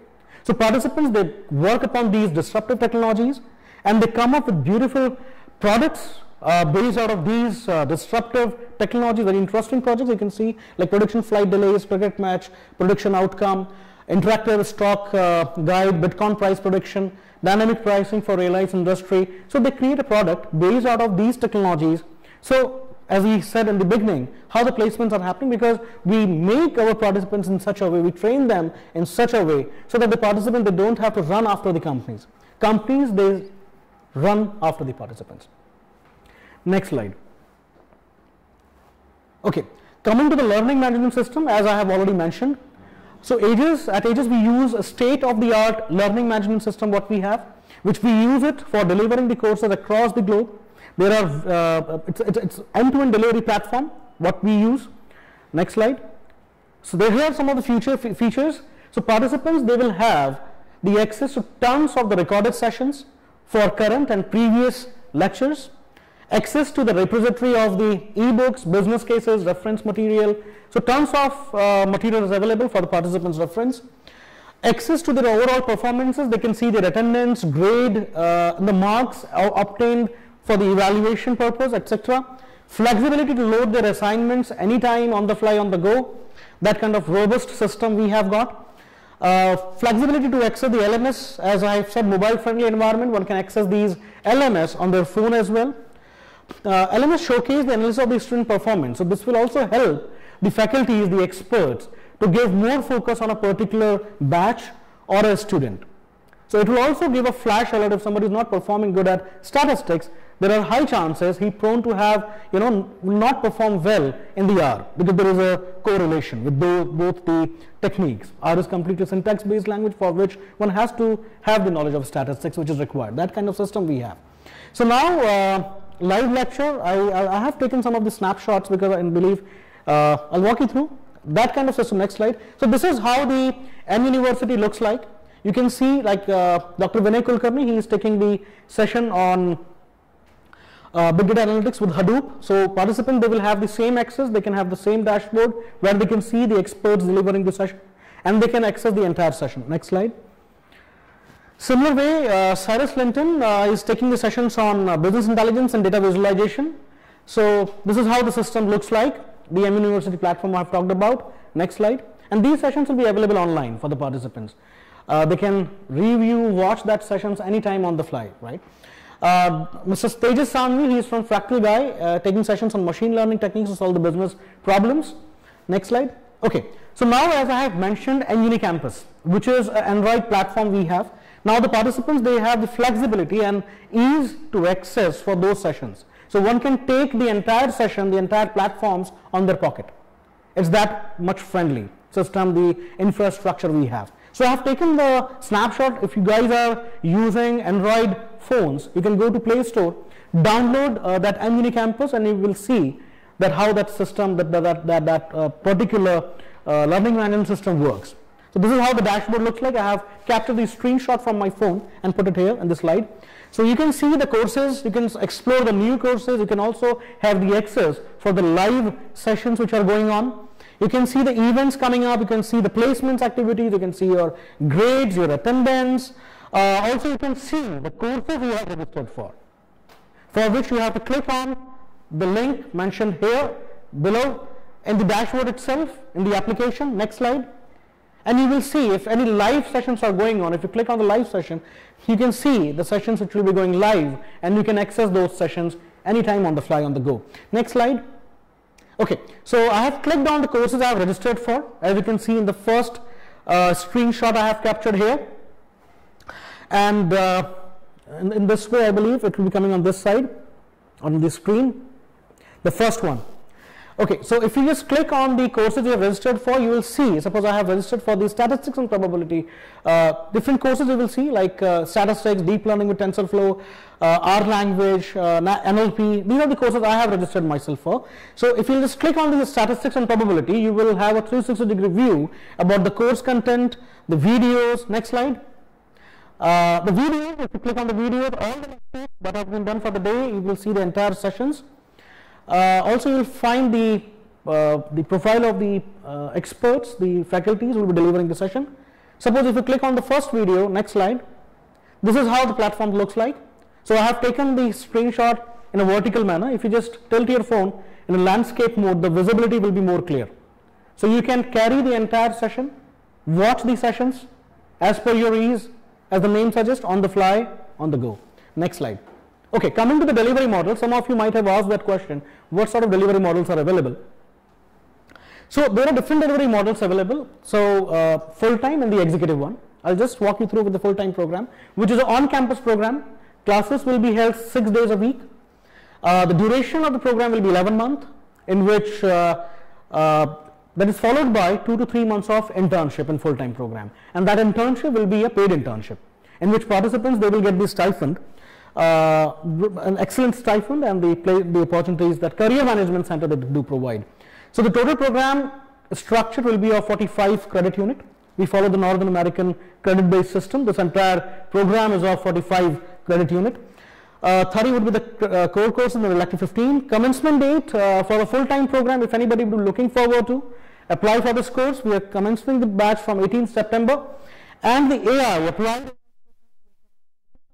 from 29th October 2018. Next slide. Okay, for the participants who are working, and if somebody would have the minimum criteria, excuse me, one should have minimum at least 2 years of experience. They are eligible to apply for this executive weekend program, which will be an on-campus model. So the classes will be here. We have a presence in Mumbai, Pune and Bangalore, where we execute over these weekend programs. So classes will be held on Saturday and Sunday. It's a full day classroom training session, 10 to 5, 10 to 6 will be the sessions. Duration will be the same, 11 months. Saturday, Sunday classroom training session will be held. Here there will be no internship, because if somebody is working, I don't think so, you yourself can understand that. So your company won't allow you to go and do the internship for full time. But here there will be 2 to 3 months of capstone project, which participants they have to complete. A structure, credit structure will be the same. Commencement date, Mumbai we are starting the new batch from 20 and 7.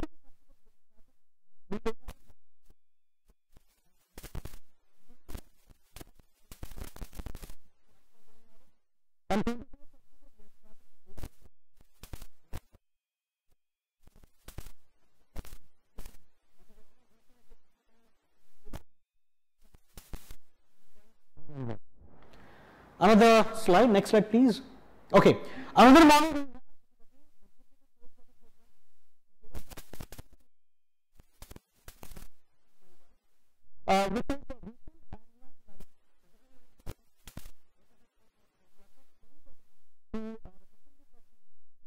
Who are not present where we have the campus, the physical presence, the participants who are attending the sessions on any part of the globe, one can attend the sessions and anywhere, any part of the globe. So it's an online live interactive model. The classes will be held. The time will be 10 to 5. So participant they can see, as we have already mentioned, participant they can see, like you guys can hear me, can see me, similar manner, but you don't have the access for talking. You cannot chat. You can chat, but you cannot use your voice prompt, right?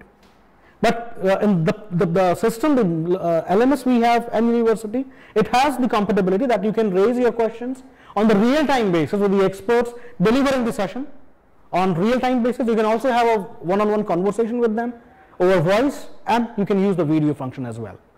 So this is how the entire online live interactive model will work.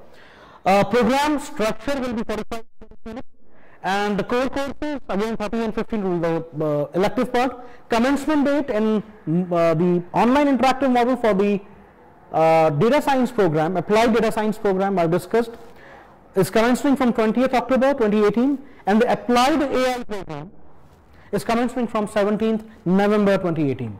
Next slide. Previous one.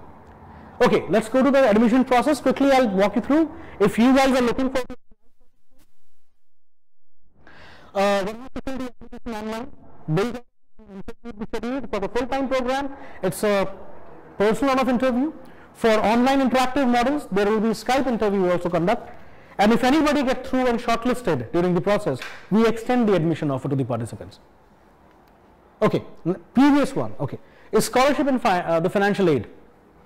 So the program we offer, as I have mentioned, so there are certain scholarships what we do also provide to our participants. There are 3 scholarships available. First scholarship we have, which is a Dean's Scholarship for Women in Technology Leadership, under which, and these are all the scholarships we provide for the full-time program, not the executive one. So there are certain criteria. If anybody would be looking for to apply for the scholarship, one has to fill the application, interview would be scheduled, and we gauge the participants on various parameters. And one should have the parameters like one should have the tremendous, excellent academic records, and if somebody would be working as an aspiring data scientist on the respective domain, there are certain parameters in which we do gauge the participants upon. Another scholarship we have, which is the Aegis Graham-Bell Award Scholarship. So in which under that scholarship who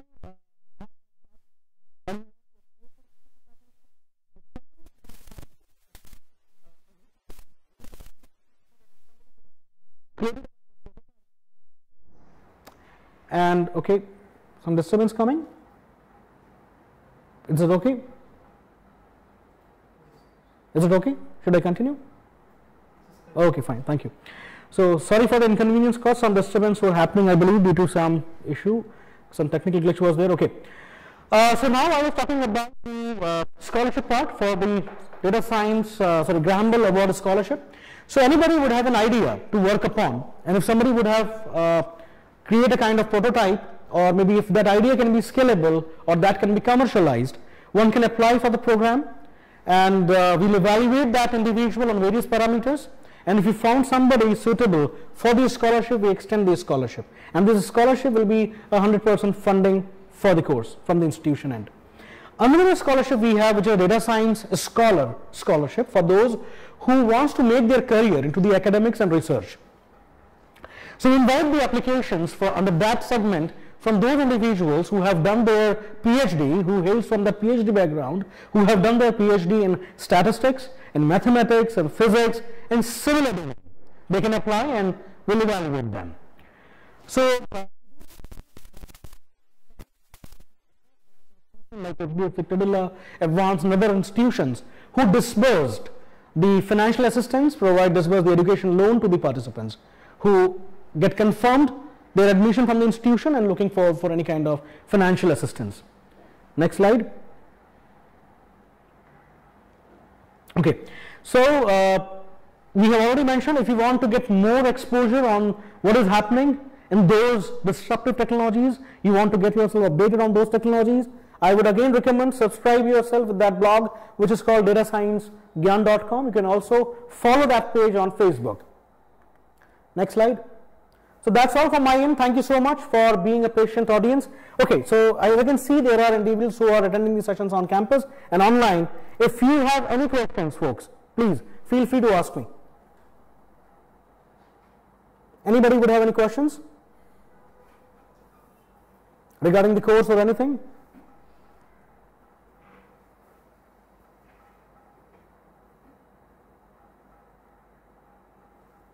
Could you please check? Adit, anybody would have any questions?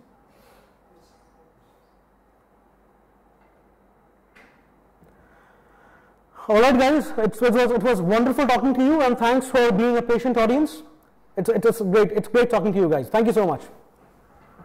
Okay, somebody would have a question at the end. Okay, how many electives we can take at max? Nishant is asking that question. Nishant, if you are following me, I have already answered that question.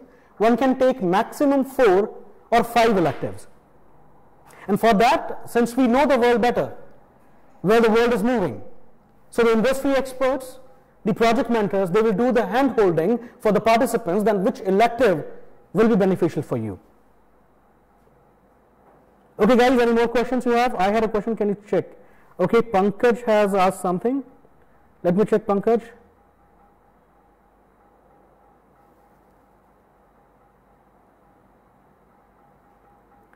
So Pankaj, I have already mentioned that entire details, the curriculum and the entire infrastructure we are using, and there are certain labs I have mentioned which are business analytics and cloud computing labs. What we do have, the business analytics lab, and there are virtual lab setup we have which we provide the participants. They can work and practice upon these technologies. Another Sriram is asking how my banking experience is used for data science program. See, so Srinivas, depending, as I said, there are individuals who hail from different backgrounds altogether. So if you are following us since beginning of this afternoon, we have walked you through the kind of skill and competency matrix which is required to reach that position, because there are different segments and the areas where there are requirements in the market, right? There are consultants, big data consultants, advisors, roles are very high in demand. In that way, the experience what you have got, the domain experience, nobody can beat you on that front. But still, if you want to make a transition to that domain and completely to data science, you have to upgrade yourself for those technologies.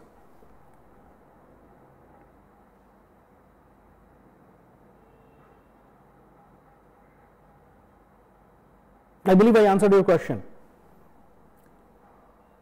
Because see, since every industry, whether it's BFSI, in retail, in aviation, any industry you take or any vertical, any functional area of that business, the datafication is happening. Eventually it has become the need of an hour to upgrade your skills, right? So if your banking experience does count, in that way, suppose a system, an organization they are building upon, or maybe the datafication is happening. So a guy who doesn't know, who doesn't have any domain experience from banking, so he will be needing a guidance in terms of setting up the entire infrastructure. You as an individual who have worked, who have the banking domain experience or any domain experience you bring, if you upgrade yourself, if you equip yourself with those technologies, you can see both the worlds. Domain experience you have got, and you can create a roadmap how the things or the system can be built, starting from the inception till the execution of the complete infrastructure or project you will be working upon.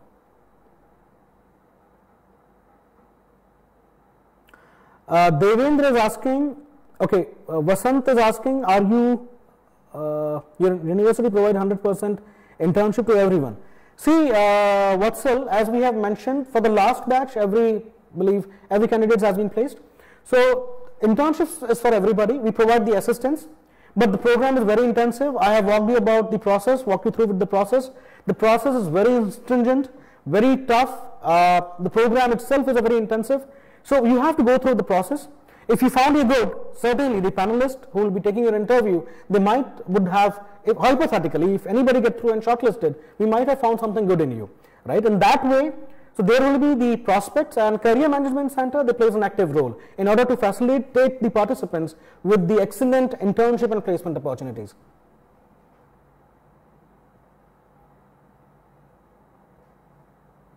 All right. Anybody would have any question?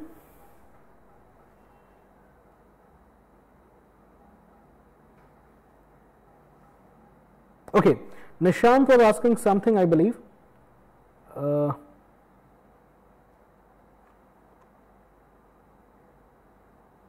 Is it possible to complete data science in 11 months? Certainly it is, right? But you have to walk some extra miles.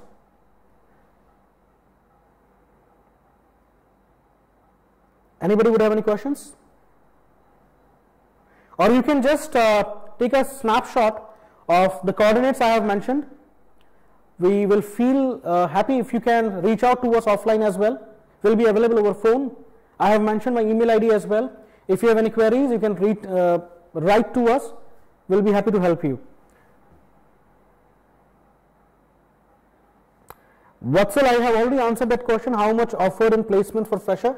So I have already mentioned that companies have offered minimum for the freshers, that was typically 5.5, because we don't even allow any company who offer less than 5.5. Maximum for the fresher, that goes up to 12.5 lakhs.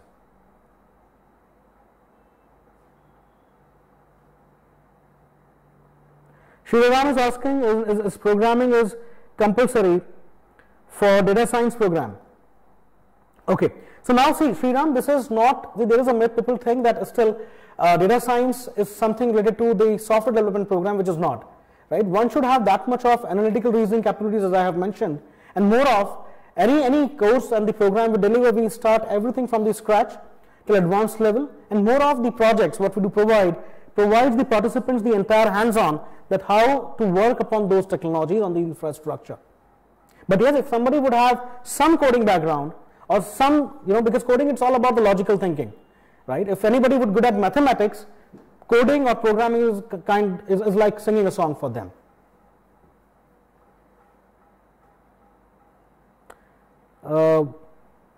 Nikhil is asking, as in what kind of question can one expect? Okay, what is the interview process for admission? Okay, so Nikhil, the process will be, there will be 2 rounds of interviews typically we do conduct. So first round will be a kind of technical interview in which we do gauge the participants. One should have the basic understanding about what is data science, what is business analytics, what is big data, how these technologies are changing the future, what are the applications of these disruptive technologies like AI, deep learning and machine learning. And next round will be a kind of interview in which we do gauge and grill the participants on the basis of their learnability, adaptability, whether somebody would be able to cope up with the intensive program which is or not. So these are the areas we do gauge the participants.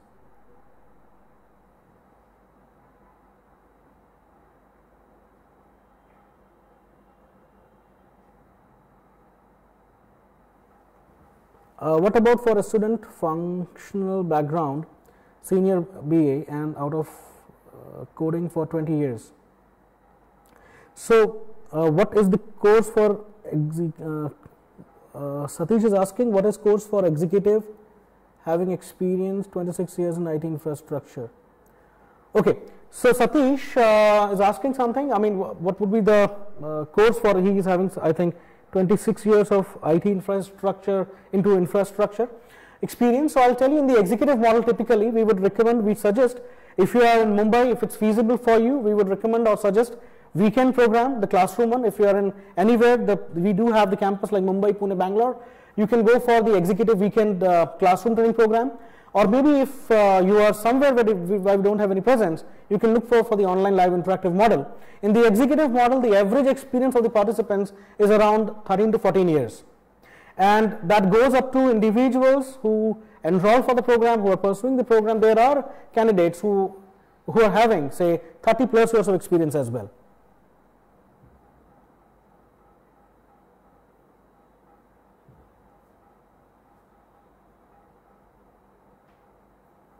Okay, the fee part, Jay Joshi was asking the fees. I would suggest, Jay, you can go to www.muniversity.mobi/Aegis and search the program. You will get the entire details for the fees what we offer. Sriram, I have already answered that question. What about the scholarship requirement for full-time program? See, one should have, there are 3 scholarships, right? So first scholarship would be the Dean's Scholarship for Women. So I strike out that option for you. Another 2 options what you can look at is the Data Science Scholarship and the Aegis Graham Bell Award Scholarship. So the criteria will be if anybody has some tremendous academic records, if somebody hails from the background where somebody is working as a leader or maybe some aspiring leader in that technical domain. So there are so many parameters, right, in which we do gauge the participants upon. Under that, the Aegis Gamble Award Scholarship, we provide that scholarship for those individuals who will be having, say, minimum, so who have designed some kind of products, an idea, or maybe a kind of who have created a prototype, or if that idea can be scalable or commercialized, or if anybody would have a startup company who want to upgrade their skills, that comes under the Aegis Gamble Award Scholarship. Another scholarship one we can look at is the Data Science Scholarship for those who wants to make their career into academics and research. So there are parameters. One should have tremendous academic records. There are other parameters, but the process to apply for the program and the scholarship as well, one has to apply for the program. The interview would be conducted. If we found somebody suitable for the scholarship, we certainly do provide the scholarship to the participants. I believe I answered your question.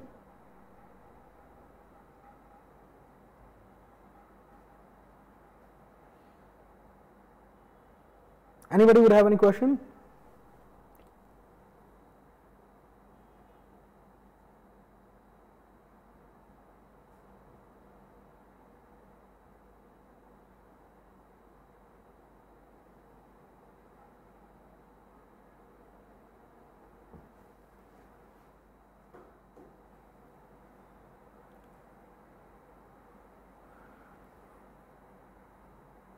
These are the placement record, Nishant, what you have seen.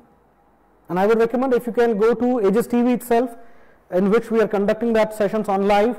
There are testimonials, the convocation ceremonies videos. You will see the alumni, the participants who already have completed the program are sharing their experiences, their journey, and the organization they are working. Also, the best way, since we are living in a connected world, LinkedIn is a platform where you can search the participants and you will get the idea. So full-time program, the batch size will be 60 intake in a batch.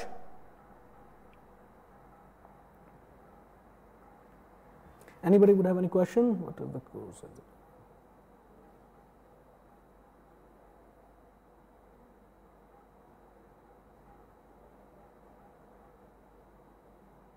Okay, somebody, I skipped that question. The classes, the duration. So the classes will be held, as I have already mentioned during my talk. So 6 days a week for a full-time program. The classes will be held 6 days a week from 10 a.m., 10 to 5, 10 to 6 every day. It's a full day classroom session. For weekend, Saturday, Sunday, it's a whole day, right? Again, 10 to 5, 10 to 6.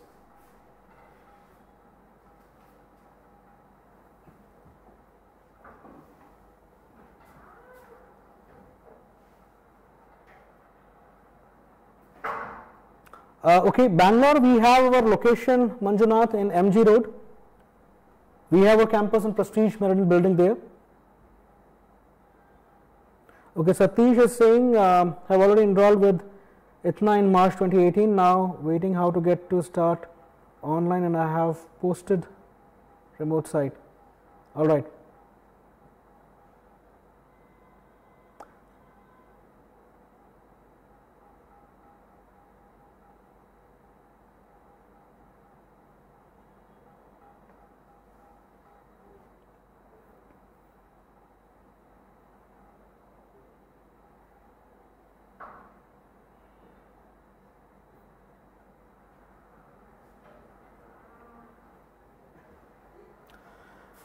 Okay guys, so I believe if you have any queries further, you can write to us because you guys have stopped writing, I believe. So here are the coordinates. I am Ritin Joshi, and you can also get on my colleague's number. I have mentioned their number as well, and the coordinates. You can write back to us. We will be happy to help you and assist you if you have any queries regarding anything about the course and anything. So it was again nice talking guys, and wonderful talking to you, and thanks for being such a nice audience. Thank you so much.